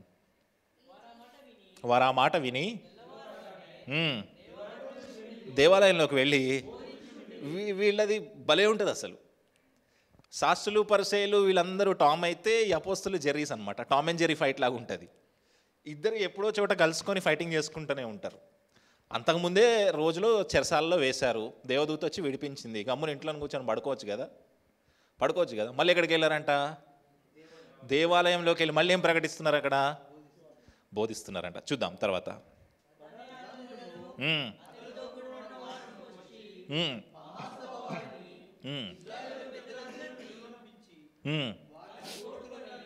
తోడుకొని రండి అని వీళ్ళు చెరసాలలోంచి వెళ్ళిపోయిన విషయం పాపం బంట్రోతులకు తెలియదు, ప్రధాన యాజకుడికి కూడా తెలియదు. వాళ్ళు వచ్చారు. నైట్ మనం చెరసాల్లో వేస్తాం కదా, వాళ్ళని తీసుకొని రండి అని చెప్పారు. వాళ్ళు ఎక్కడ ఉన్నారు? లేరు అక్కడ. దేవదూత విడిపించుకొని వెళ్ళిపోయాడు. వాళ్ళు ఎక్కడో సువార్త ప్రయాణంలో చాలా బిజీగా ఉన్నారు. తర్వాత చూద్దాం.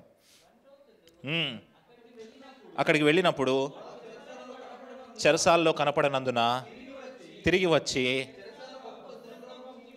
చెరసాల బహుభద్రముగా మూసి ఉండుటయు, కావలి వారు తలుపుల ముందర నిలిచి ఉండుటయు చూచితిమి గాని, తలుపులు తీసినప్పుడు లోపల మాకొక్కడైనను కావలి వారు అక్కడే ఉన్నారు. చెరసాల లాక్ కూడా లాక్ చేయబడింది. వీళ్ళు ఎలా వచ్చారు బయటికి?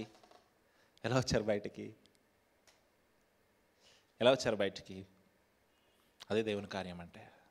ఆయన ఏమంటాడు తెలుసా? పాత నిబంధన గ్రంథాల్లో యెషయా గ్రంథంలో ఏమంటాడు తెలుసా? ఎడారిలో నేను నదులను పుట్టిస్తాను అంటాడు. ఎడారిలో నదులు ఉంటాయా? వాటరే ఉండవు. ఎడారిలో నేను నదులను పుట్టిస్తానంటాడు. అడవిలో నేను అడవిలో దారి ఉంటుందా? కానీ నేను అడవిలో మీకోసం దారిని నేను ఏర్పాటు చేస్తాను. ఎడారిలో మీకోసం నేను నదులను పుట్టిస్తాను. చెరసాల లాక్ చేసే ఉంది. బంట్రోతులు బయటే ఉన్నారు. కానీ ఎవరు బయటకు వెళ్ళిపోయారు? అద్భుత కార్యం నీ జీవితంలోకి అట్లనే వస్తుంది. నేను వ్యక్తిగతంగా జనవరి నుంచి సంపూర్ణ సేవలో ఉన్నప్పటి నుంచి ప్రతి ఒక్క విషయాన్ని అట్లా గమనిస్తా ఉన్నా. డాక్టర్ గారి దగ్గరికి వెళ్ళినప్పుడు లెఫ్ట్ లంగ్ ఓన్లీ 75% ఉంది, 25% పోయింది అన్నాడు. ఇంకా నీ జీవితాంతం 75%తోనే జీవించాలి అన్నాడు. అయినా సరే ఆ రోజు నుంచి ఈ రోజు వరకు ఎక్కడ ప్రసంగానికి చెప్పడానికి వెళ్ళినా, ఎక్కడ మాట్లాడడానికి వెళ్ళినా సరే, ఎక్కడ ఏ మీటింగ్లో మాట్లాడడానికి వెళ్ళినా సరే ఆ దగ్గు నన్ను ఇబ్బంది పెట్టలేదు. అద్భుత కార్యం అట్లనే ఉంటుంది. డాక్టర్స్ నువ్వు మాట్లాడలేవు అంటారు, కానీ దేవుడు నీతో మాట్లాడించుకుంటాడు. హల్లెలూయా.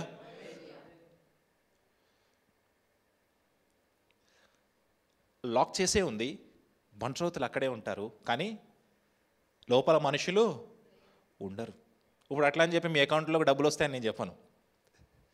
అట్లా రాకూడదు, తప్పది. లీగల్గానే ఉంటుంది, కానీ మన ఊహకి అందనట్టుగా ఉంటుంది.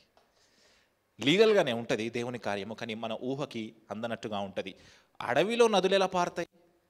ఎప్పుడైనా జరిగిందా? పాత నిబంధన ఎడారిలో నదులు ఎట్లా పారుతాయి? పాత నిబంధనలు ఎప్పుడైనా జరిగిందా? జరిగింది ఒక చోట. ఎప్పుడు జరిగింది? మోషే కర్రతో కొట్టినప్పుడు నీళ్ళు వచ్చాయా? నీళ్ళు వచ్చాయంట. పారుతున్నట్టుగా నీళ్ళు వచ్చాయంట. అంటే మన దేవుడు అడవిలో కూడా నీటిని పారజేసే దేవుడు. హల్లెలూయా. దేవుడు మనతో మాట్లాడుతూ ఉన్నాడు. కానీ మనమేమనుకుంటాం తెలుసా? ఏం కష్టపడకుండా అన్నీ వచ్చేయాలనుకుంటాం. అది సమస్య. ఏం కష్టపడకుండా అన్నీ వచ్చేయాలనుకుంటాం. ప్రాస్పరిటీ ప్రీచర్స్ ఏం చెప్తారు తెలుసా? మీ వాగ్దాన భూమి అక్కడ ఉంది, మీ వాగ్దాన భూమి అక్కడ ఉంది, మీరు వెళ్ళి స్వతంత్రించుకోండి అంటే వాగ్దాన భూమి అక్కడ వాళ్ళు చెప్పినట్టుగా లేదు, మనం అనుకున్నట్టుగా లేదు. పాలు తేనెలు ప్రవహించే దేశంగా ఉండొచ్చు, కానీ పాలు తేనెలు ఎందుకు ప్రవహిస్తూ ఉన్నాయంటే దేవుడు వాళ్ళకి ఇచ్చిన వాగ్దాన భూమి ఎట్లుంది తెలుసా? యెరూషలేము లాంటి కొండ ప్రాంతాన్ని ఇచ్చాడు. ఇప్పుడు వీళ్ళు ఇన్ని రోజులు ఎక్కడ ఉన్నారు? ఐగుప్తు దేశంలో ఉన్నారు. ఐగుప్తు దేశమేమో మెట్ట ప్రాంతంలో వ్యవసాయం చేయడం ఈజీనా, కొండ ప్రాంతంలో వ్యవసాయం చేయడం ఈజీనా? ఐగుప్తు దేశంలో చక్కగా నైలు నది పక్కన వ్యవసాయం చేసుకుంటూ చాలా హ్యాపీగా వీళ్ళు ఇన్ని సంవత్సరాలు బ్రతికేశారు. ఇప్పుడు దేవుడు ఎక్కడ తీసుకెళ్తున్నాడు? వీళ్ళని కొండ మీదకి తీసుకెళ్తున్నాడు. కొండ ప్రాంతంలో వ్యవసాయం చేయడం ఈజీనా, ఐగుప్తు దేశంలో వ్యవసాయం చేయడం ఈజీనా? అందుకే వాళ్ళు అనుకున్నారంట, ప్రభువా ఐగుప్తు దేశంలో మేము చాలా హ్యాపీగా ఉన్నాం కదా, నువ్వు మమ్మల్ని అక్కడ తీసుకెళ్ళి కష్టపడతావేంది అంటే దేవుడు ఏం చెప్పాలనుకున్నాడు తెలుసా వాళ్ళతోటి? ఆ కొండ ప్రాంతానికి మీరు వెళ్ళినప్పుడు అక్కడ నదులు ఉండవు, కానీ ప్రతిరోజు మీరు వర్షం కోసం పైకి చూడాలి. ఎవరి మీద ఆధారపడతారు మీరు?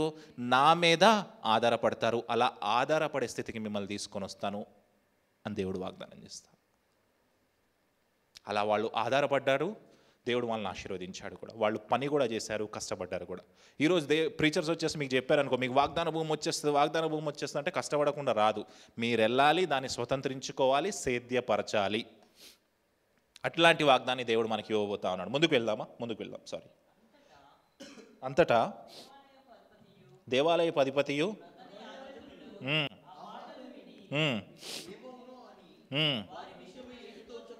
వారి విషయమై ఎటు తోచక ఉండిరి.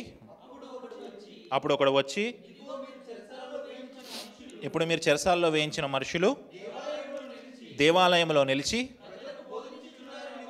ప్రజలకు బోధించుచున్నారని వారికి తెలుపగా, అధిపతి బంట్రోతులతో కూడా పోయి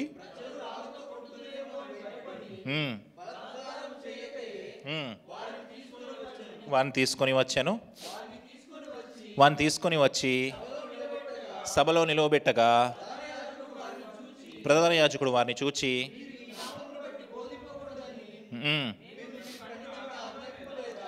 ఇప్పుడు ఒక వ్యక్తి వచ్చాడంట వీళ్ళ దగ్గరికి. వీళ్ళు ఎక్కడికి వెళ్ళిపోయారు అని వీళ్ళు భయపడతా ఉన్నారు. ఒక వ్యక్తి వచ్చి ఆ చెరసాలలో వేయబడిన వాళ్ళందరూ మళ్ళీ అక్కడ సువార్త చేస్తున్నారు, వాళ్ళని పట్టరండి అని చెప్పాడంట.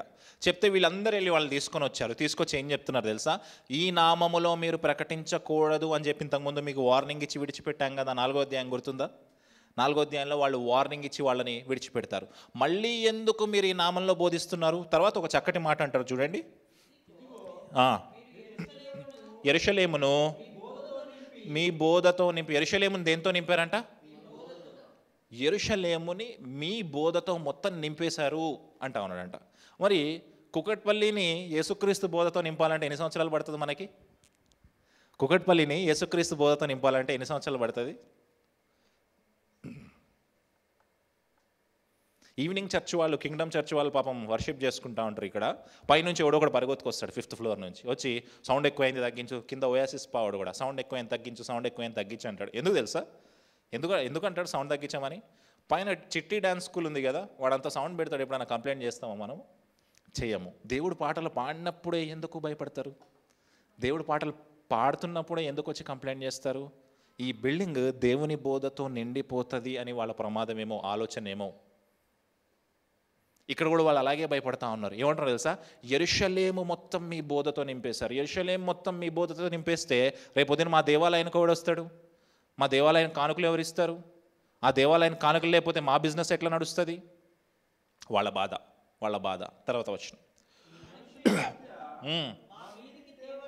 ఈ మనుషుని హత్య మా మీదకి తేవాలని ఉద్దేశించుచున్నారని చెప్పాను. ఏమంటున్నారు తెలుసా? ఈ మనుష్యుని హత్య. ఎవరా మనుష్యుడు? యేసుక్రీస్తు యొక్క హత్య మా మీదకి మీరు తేవాలనుకుంటున్నారా? ఎందుకు మీరు ఇలా చేస్తున్నారు అని క్వశ్చన్ అడుగుతారు. నిజంగా వాళ్ళు హత్య చేసింది ఎవరు? యేసుక్రీస్తుని హత్య చేసింది ఎవరు? చంపింది ఎవరు? వాళ్ళే. కానీ వాళ్ళు ఏమంటా ఉన్నారు అక్కడ? ఈ హత్య మా మీదకి తేవాలని ఎందుకు మీరు ప్లాన్ చేస్తున్నారు? మీరెందుకు అట్లా ప్రచారం చేస్తూ ఉన్నారు అంటే ఒక విషయం మనం గమనించాలి. యేసుక్రీస్తు ఎప్పుడైతే సిలువ వేయబడ్డానికి ఆయన పొంతి పిలాతు దగ్గర తీసుకొని వెళ్ళారో, పిలాతు ఏమంటాడు తెలుసా? మీకు ఇద్దరిలో ఎవరు కావాలి? యేసుక్రీస్తు కావాలా, బరబ్బా కావాలా అని అంటారు. అంటే వాళ్ళు బరబ్బానే కావాలి అంటారు. అయితే యేసుక్రీస్తు హత్య తన మీదకి రాకూడదని పొంతు పిలాతు ఏం చేస్తాడు? చేతులు కడుక్కుంటాడు. ఆ తర్వాత ఆయన ఏమంటాడంటే, బరబ్బాని అడుగుతున్నారు, బాగానే ఉంది, మరి యేసుక్రీస్తు సంగతి ఏం చేద్దాము అని అడుగుతాడు ఆయన. వాళ్ళు ఏం ఆన్సర్ చెప్తారో చూద్దాం. అక్కడ 18వ వచనం, మత్తయి సువార్త 27వ అధ్యాయము 18వ వచనం నుంచి చదువుదాం. 27వ అధ్యాయము 18వ వచనము.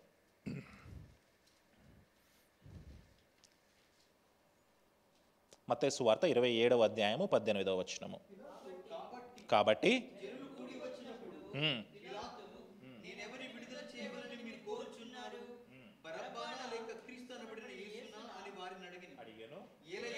ఏలయనగా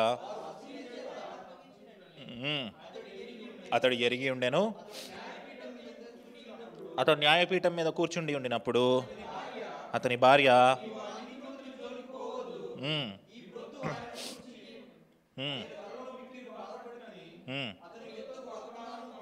వర్తమానం పంపెను, పెద్దలను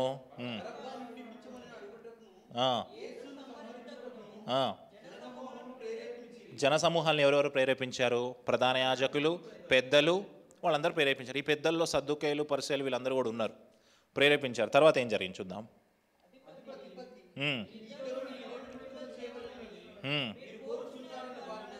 అడుగగా వారు బరబ్బానే అనిరి. అందుకు పిలాతు క్రీస్తనబడిన యేసును ఏమి చేతునని వారిని అడగగా సిలువ వేయమని వారందరూ చెప్పిరి. యేసుక్రీస్తుని ఏం చేయాలి అని అడిగితే వాళ్ళు ఏం ఆన్సర్ చెప్పారు? సిలువ వేయమని చెప్పారు. కానీ దాని తర్వాత కంటిన్యూయేషన్లో పిలాతు చాలా మంచి క్వశ్చన్ అడుగుతాడు. ఒక క్వశ్చన్ చూడండి, అది 23వ వచనం చదువుదాం. అధిపతి ఎందుకు ఇతడు ఏ దుష్కార్యం చేసినని అడుగగా సిలువ వేయమని మరీ ఎక్కువగా కేకలు. ఏం దుష్కార్యం చేశాడు, అతనిలో ఏ పాపం కనపడట్లేదు కదా అని మళ్ళీ సెకండ్ కన్ఫర్మేషన్ కోసం అడిగితే ఇంకా గట్టి కేకలు వేశారంట. తర్వాత ఏం జరిగింది చూద్దాం.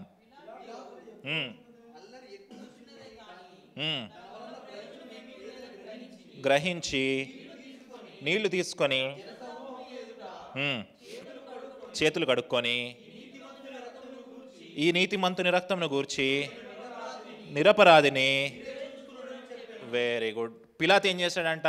ఈ నీతిమంతుని రక్తానికి నాకు ఏ సంబంధము లేదు అని నేను చేయగడుకుంటున్నాను, దీన్ని ఎవరు చూసుకోవాలి?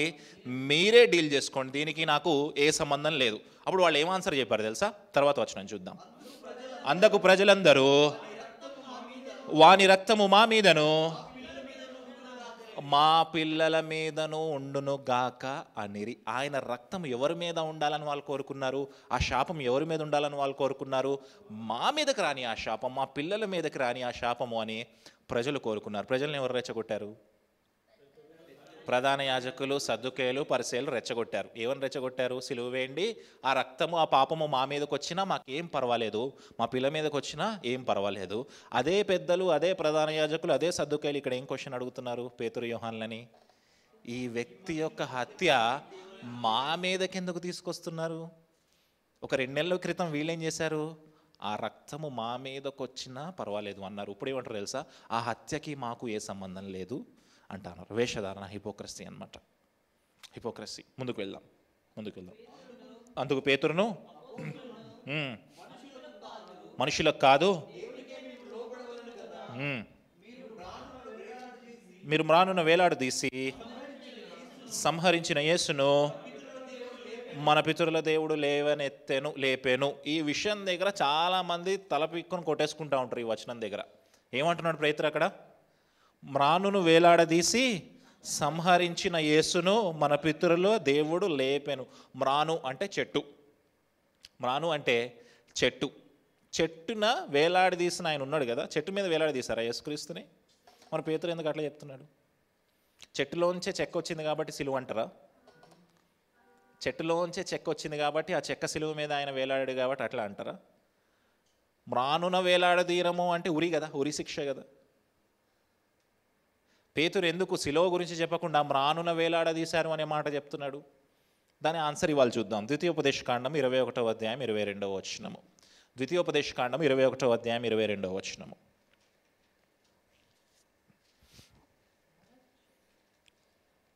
తీసారు అందరూ? చదవండి. మరణశిక్షణకు తగిన పాపము ఒకడు చేయగా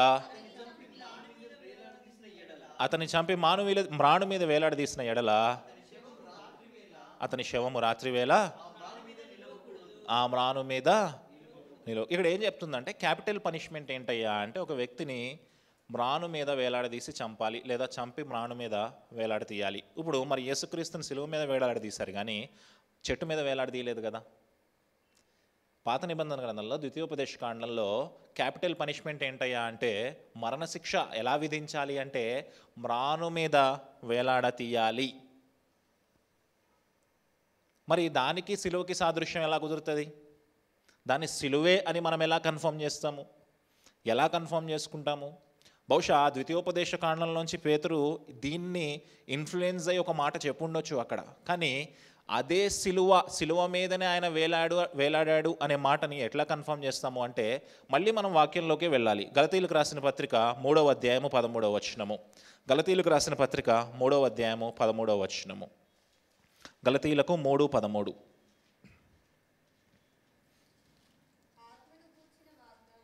అందరు తీసారా? 3:13.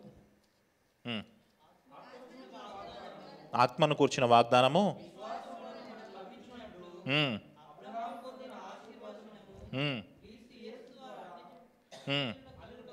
అన్యజనుల కలుగుటకై క్రీస్తు మన కోసం శాపమై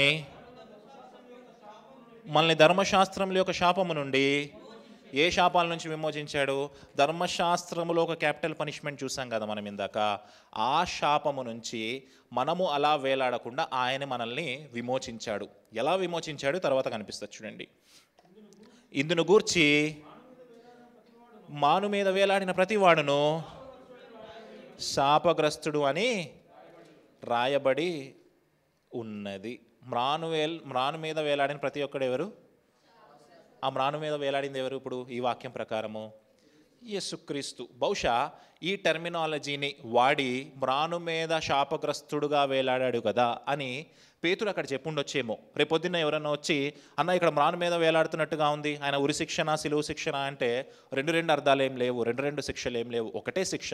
దాన్ని చెప్పే విధానంలో వేరుగా ఉంది. పౌలు దాన్ని మనకు ఆన్సర్ చేస్తూ ఉన్నాడు. మ్రాను మీద శాపగ్రస్తుడు వేలాడి శిక్షించబడాలి. అలాగా వేలాడబడి శిక్షించిన వ్యక్తి ఎవరయ్యా అంటే ధర్మశాస్త్రం యొక్క దుర్నీతిని లేదా పాపాన్ని కొట్టివేస్తూ యేసుక్రీస్తే స్వయంగా మ్రాను మీద వేలాడాడు అని పౌలు మనకు ఆన్సర్ చేస్తూ ఉన్నాడు. కాబట్టి దాని గురించి ఎక్కువ చించుకోవద్దు. నెక్స్ట్ వచనంలోకి వెళ్దాం. నెక్స్ట్ వచనం 32వ వచనం. ఇశ్రాయేలీయులకు మారు మనస్సును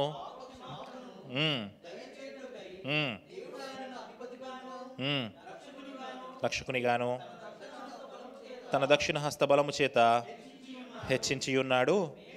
మేమును దేవుడు తనకు విధేయులైన వారికి అనుగ్రహించిన పరిశుద్ధాత్మయు ఈ సంగతికి సాక్ష్యమై ఉన్నామని చెప్పిరి. తర్వాత వారి మాట విని అత్యాగ్రహం తెచ్చుకొని వీరిని చంపనుద్దేశించగా ఘనత నొందినవాడు ధర్మశాస్త్రోపదేశకుడునైన గమలీయేలును ఒక పరిసయ్యుడు మహాసభలో లేచి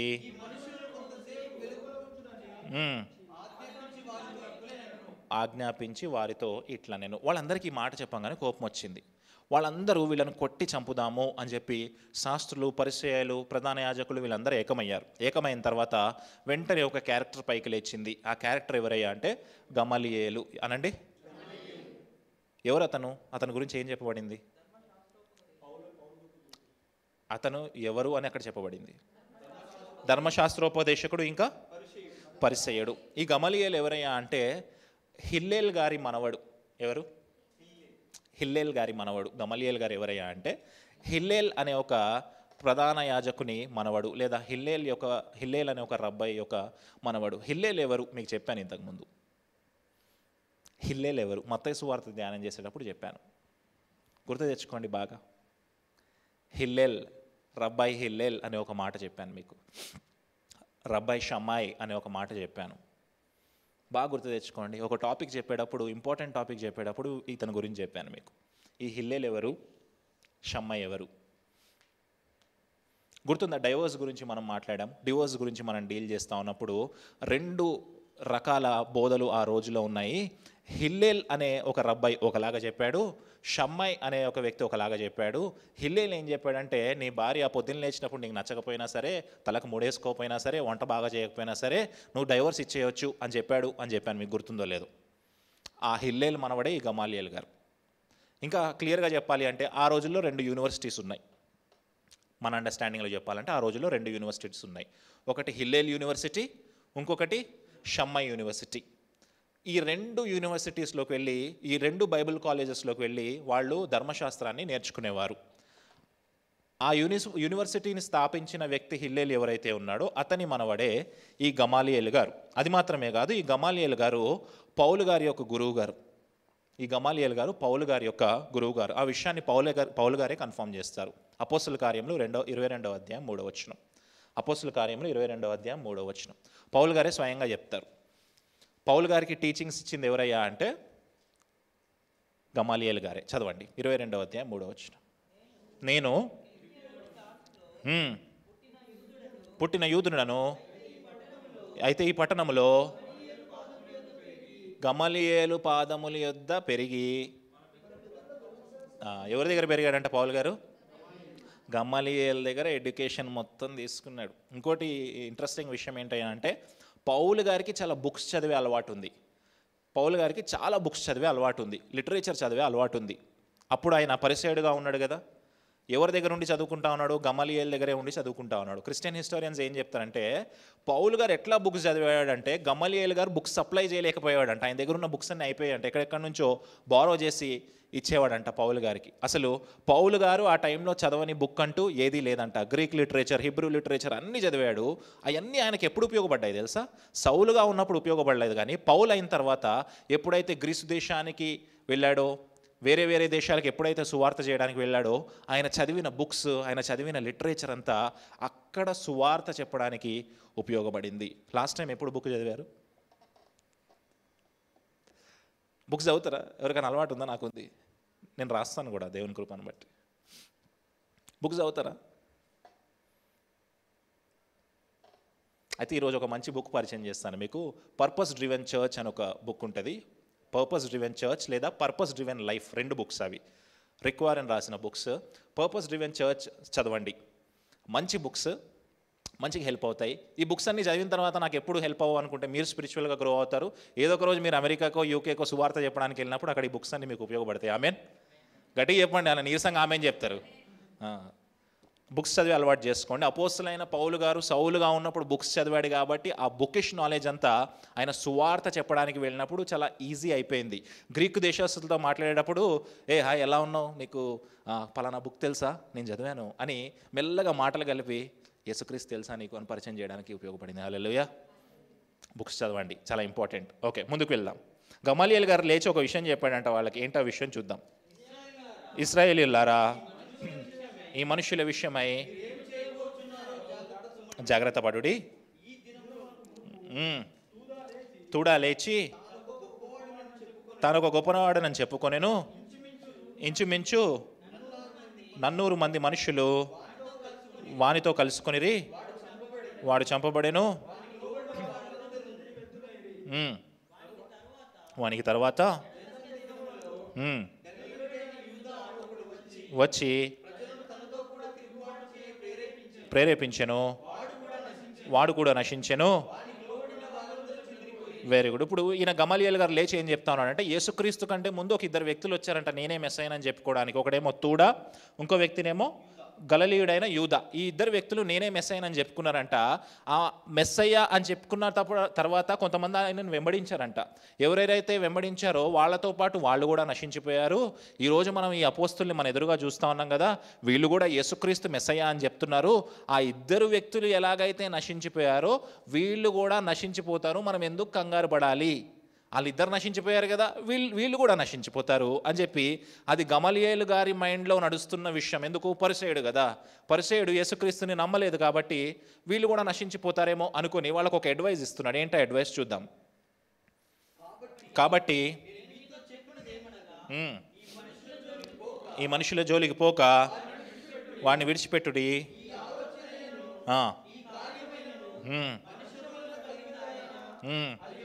అది వ్యర్థమగును, దేవుని వల్ల కలిగినది ఆయన వ్యర్థపరచలేరు.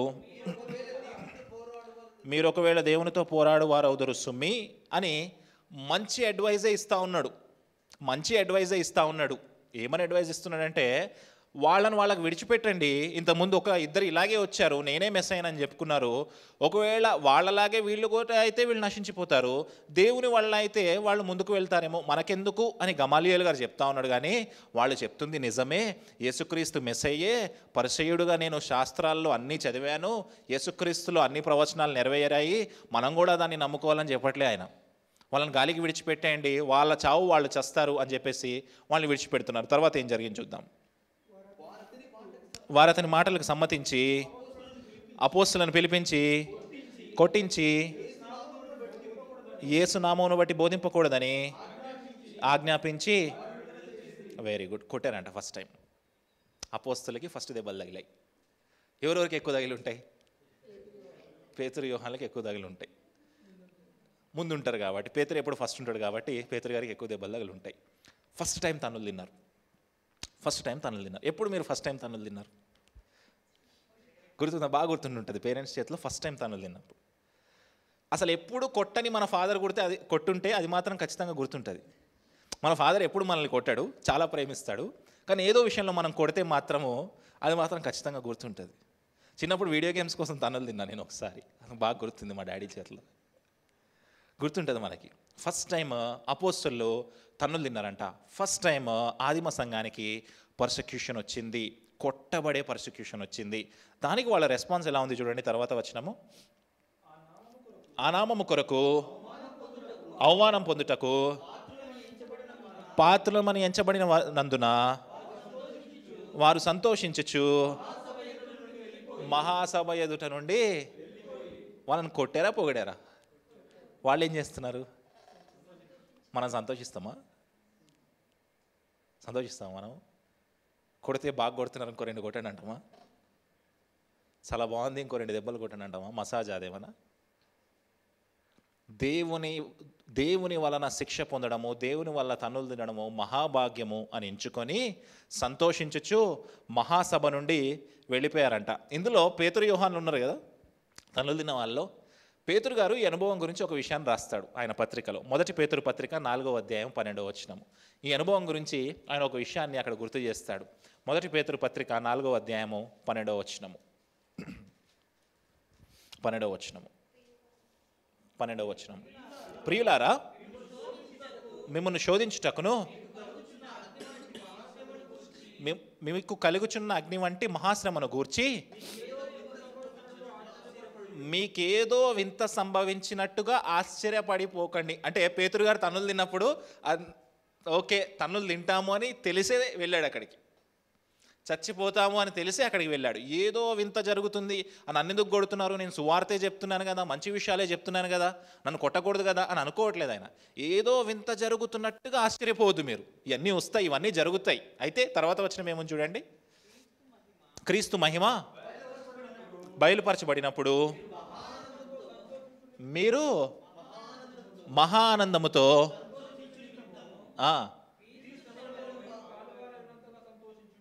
ఎట్లా సంతోషించాలంట? క్రీస్తు సిలువలో ఎలా అయితే శ్రమ పొందాడో ఇక్కడ మనం తన్నులు తింటుంటే మనం ఎక్కడ పాలిభాగం వస్తుందంట మనకి? అక్కడ. ఒకవేళ రేపు పొద్దున ఎవరైనా బీజేపీలో వచ్చి కొట్టారు అనుకోండి మనల్ని, పరలోకం వెళ్ళిన తర్వాత యేసుక్రీస్తు చెప్పుకోవచ్చు, ప్రభా నీలాగే నేను కూడా తన్నులు తిన్నా. అంత ఎక్కువ కాదు కానీ కొంచెం తన్నులు తిన్నాను. ఒకసారి ఉప్పల్ బస్ స్టాప్ దగ్గర స్ట్రీట్ ఇవాంజలిజం చేస్తా ఉన్నాం. ఒకడు వచ్చాడు నా దగ్గరికి, ఆర్గ్యుమెంట్ పెట్టుకున్నాడు, షటిల్ ఆగి పడేశాడు, బొత్తాలు చిరిగిపోయినాయి. అప్పుడు నాకు వెంటనే మస్తు ఆనందం వచ్చిందనమాట. ఓకే మనకు కూడా మనకు కూడా శ్రమ ఉంది. మిషన్ ట్రిప్స్కి వెళ్తూ ఉంటాం కదా, మిషన్ ట్రిప్స్కి వెళ్ళినప్పుడు చాలామంది ఫోన్ చేస్తారు. ఇంతకుముందు చాలాసార్లు చెప్పాను ఈ విషయం మీకు. సాయి మనం భద్రాచలం వెళ్ళినప్పుడు ఫోన్ చేశాడు, గుర్తుందా? ఒక వ్యక్తి ఫోన్ చేశాడు. నేను నా నోరు ఊరుకోకుండా ఏం చేసిన, ఫేస్బుక్లో నేను భద్రాచలంకి మిషన్ ట్రిప్కి వస్తున్నామని పెట్టా. ఆడెవరో ఆర్ఎస్ఎస్ వాడు చూశాడు. చూసి వాడు ఫోన్ చేశాడు, పాస్టర్ గారు నేను భద్రాచలంలో పాస్టర్ని, ఇక్కడ ఒక చిన్న సంఘం నడుపుతున్నాను, మీతో పాటు నేను కూడా మిషన్ ట్రిప్కి రావాలనుకుంటున్నాను అన్నాడు. కానీ నాకు అతని మాటలు పాస్టర్ లాగా అనిపించట్లే. వెంటనే నేను ఏమన్నా అంటే, మీరు పాస్టర్ గారా అన్న. అవును అన్నాడు. యోహాను సువార్త 1వ వచనంలో ఏముంది చెప్పన్న. వాడు ఊరుకుంటాడా? ఇక బూతులు తిట్టడం మొదలుపెట్టాడు. సో పాము వలె వివేకంగా ఉండాలన్నమాట కొన్ని విషయాలు. ప్రతిసారి తన్నులు తినడానికి వీల్లేదు. ఎందుకు చెప్తున్నాను ఇది అంటే, పర్సెక్యూషన్ వస్తుంది, సేవకులుగా అలాంటి సందర్భాలు వస్తాయేమో. దాన్ని ఎలా ఎంచుకోవాలంట? సంతోషముగా మహాభాగ్యము అని ఎంచుకోవాలంట. అలాంటి పరిస్థితుల్లోకి మనకు రావాలి. చివరి వచనం చూసి ముగించేద్దాం. 5 minutes. ప్రతిదినము దేవాలయంలోనూ ఇంటింటను మానక బోధించుచు యేసే క్రీస్తుని ప్రకటించుచుండిరి. అప్పుడే తన్నులు తిన్నారు, అయినా సిగ్గులేదు. వెళ్ళి ప్రతి ఇంటికి వెళ్ళి ఏం చేస్తున్నారంట? బోధించుచు యేసే క్రీస్తుని ప్రకటించుచుండిరి. బోధించడం వేరు, యేసుక్రీస్తుని ప్రకటించడం వేరా? బోధించడం వేరు, యేసుక్రీస్తుని ప్రకటించడం వేరా? ఎలా వేరు?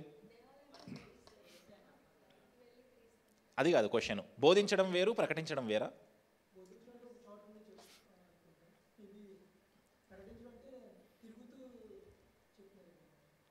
ఓకే, ఇంకా ఏమైనా ఆన్సర్ ఉందా? బోధించడం వేరు, ప్రకటించడం వేరా?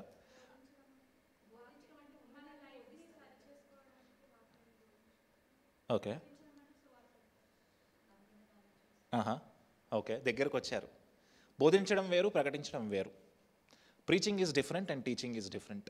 బోధించడం అంటే టీచింగ్, టీచ్ చేయడం. ప్రతి ఫ్రైడే మనం బైబిల్ స్టడీలో టీచ్ చేసుకుంటాం చూడండి, నాలెడ్జ్ గెయిన్ చేస్తాం చూడండి బైబిల్ గురించి, అది బోధించడము. ప్రీచింగ్ అంటే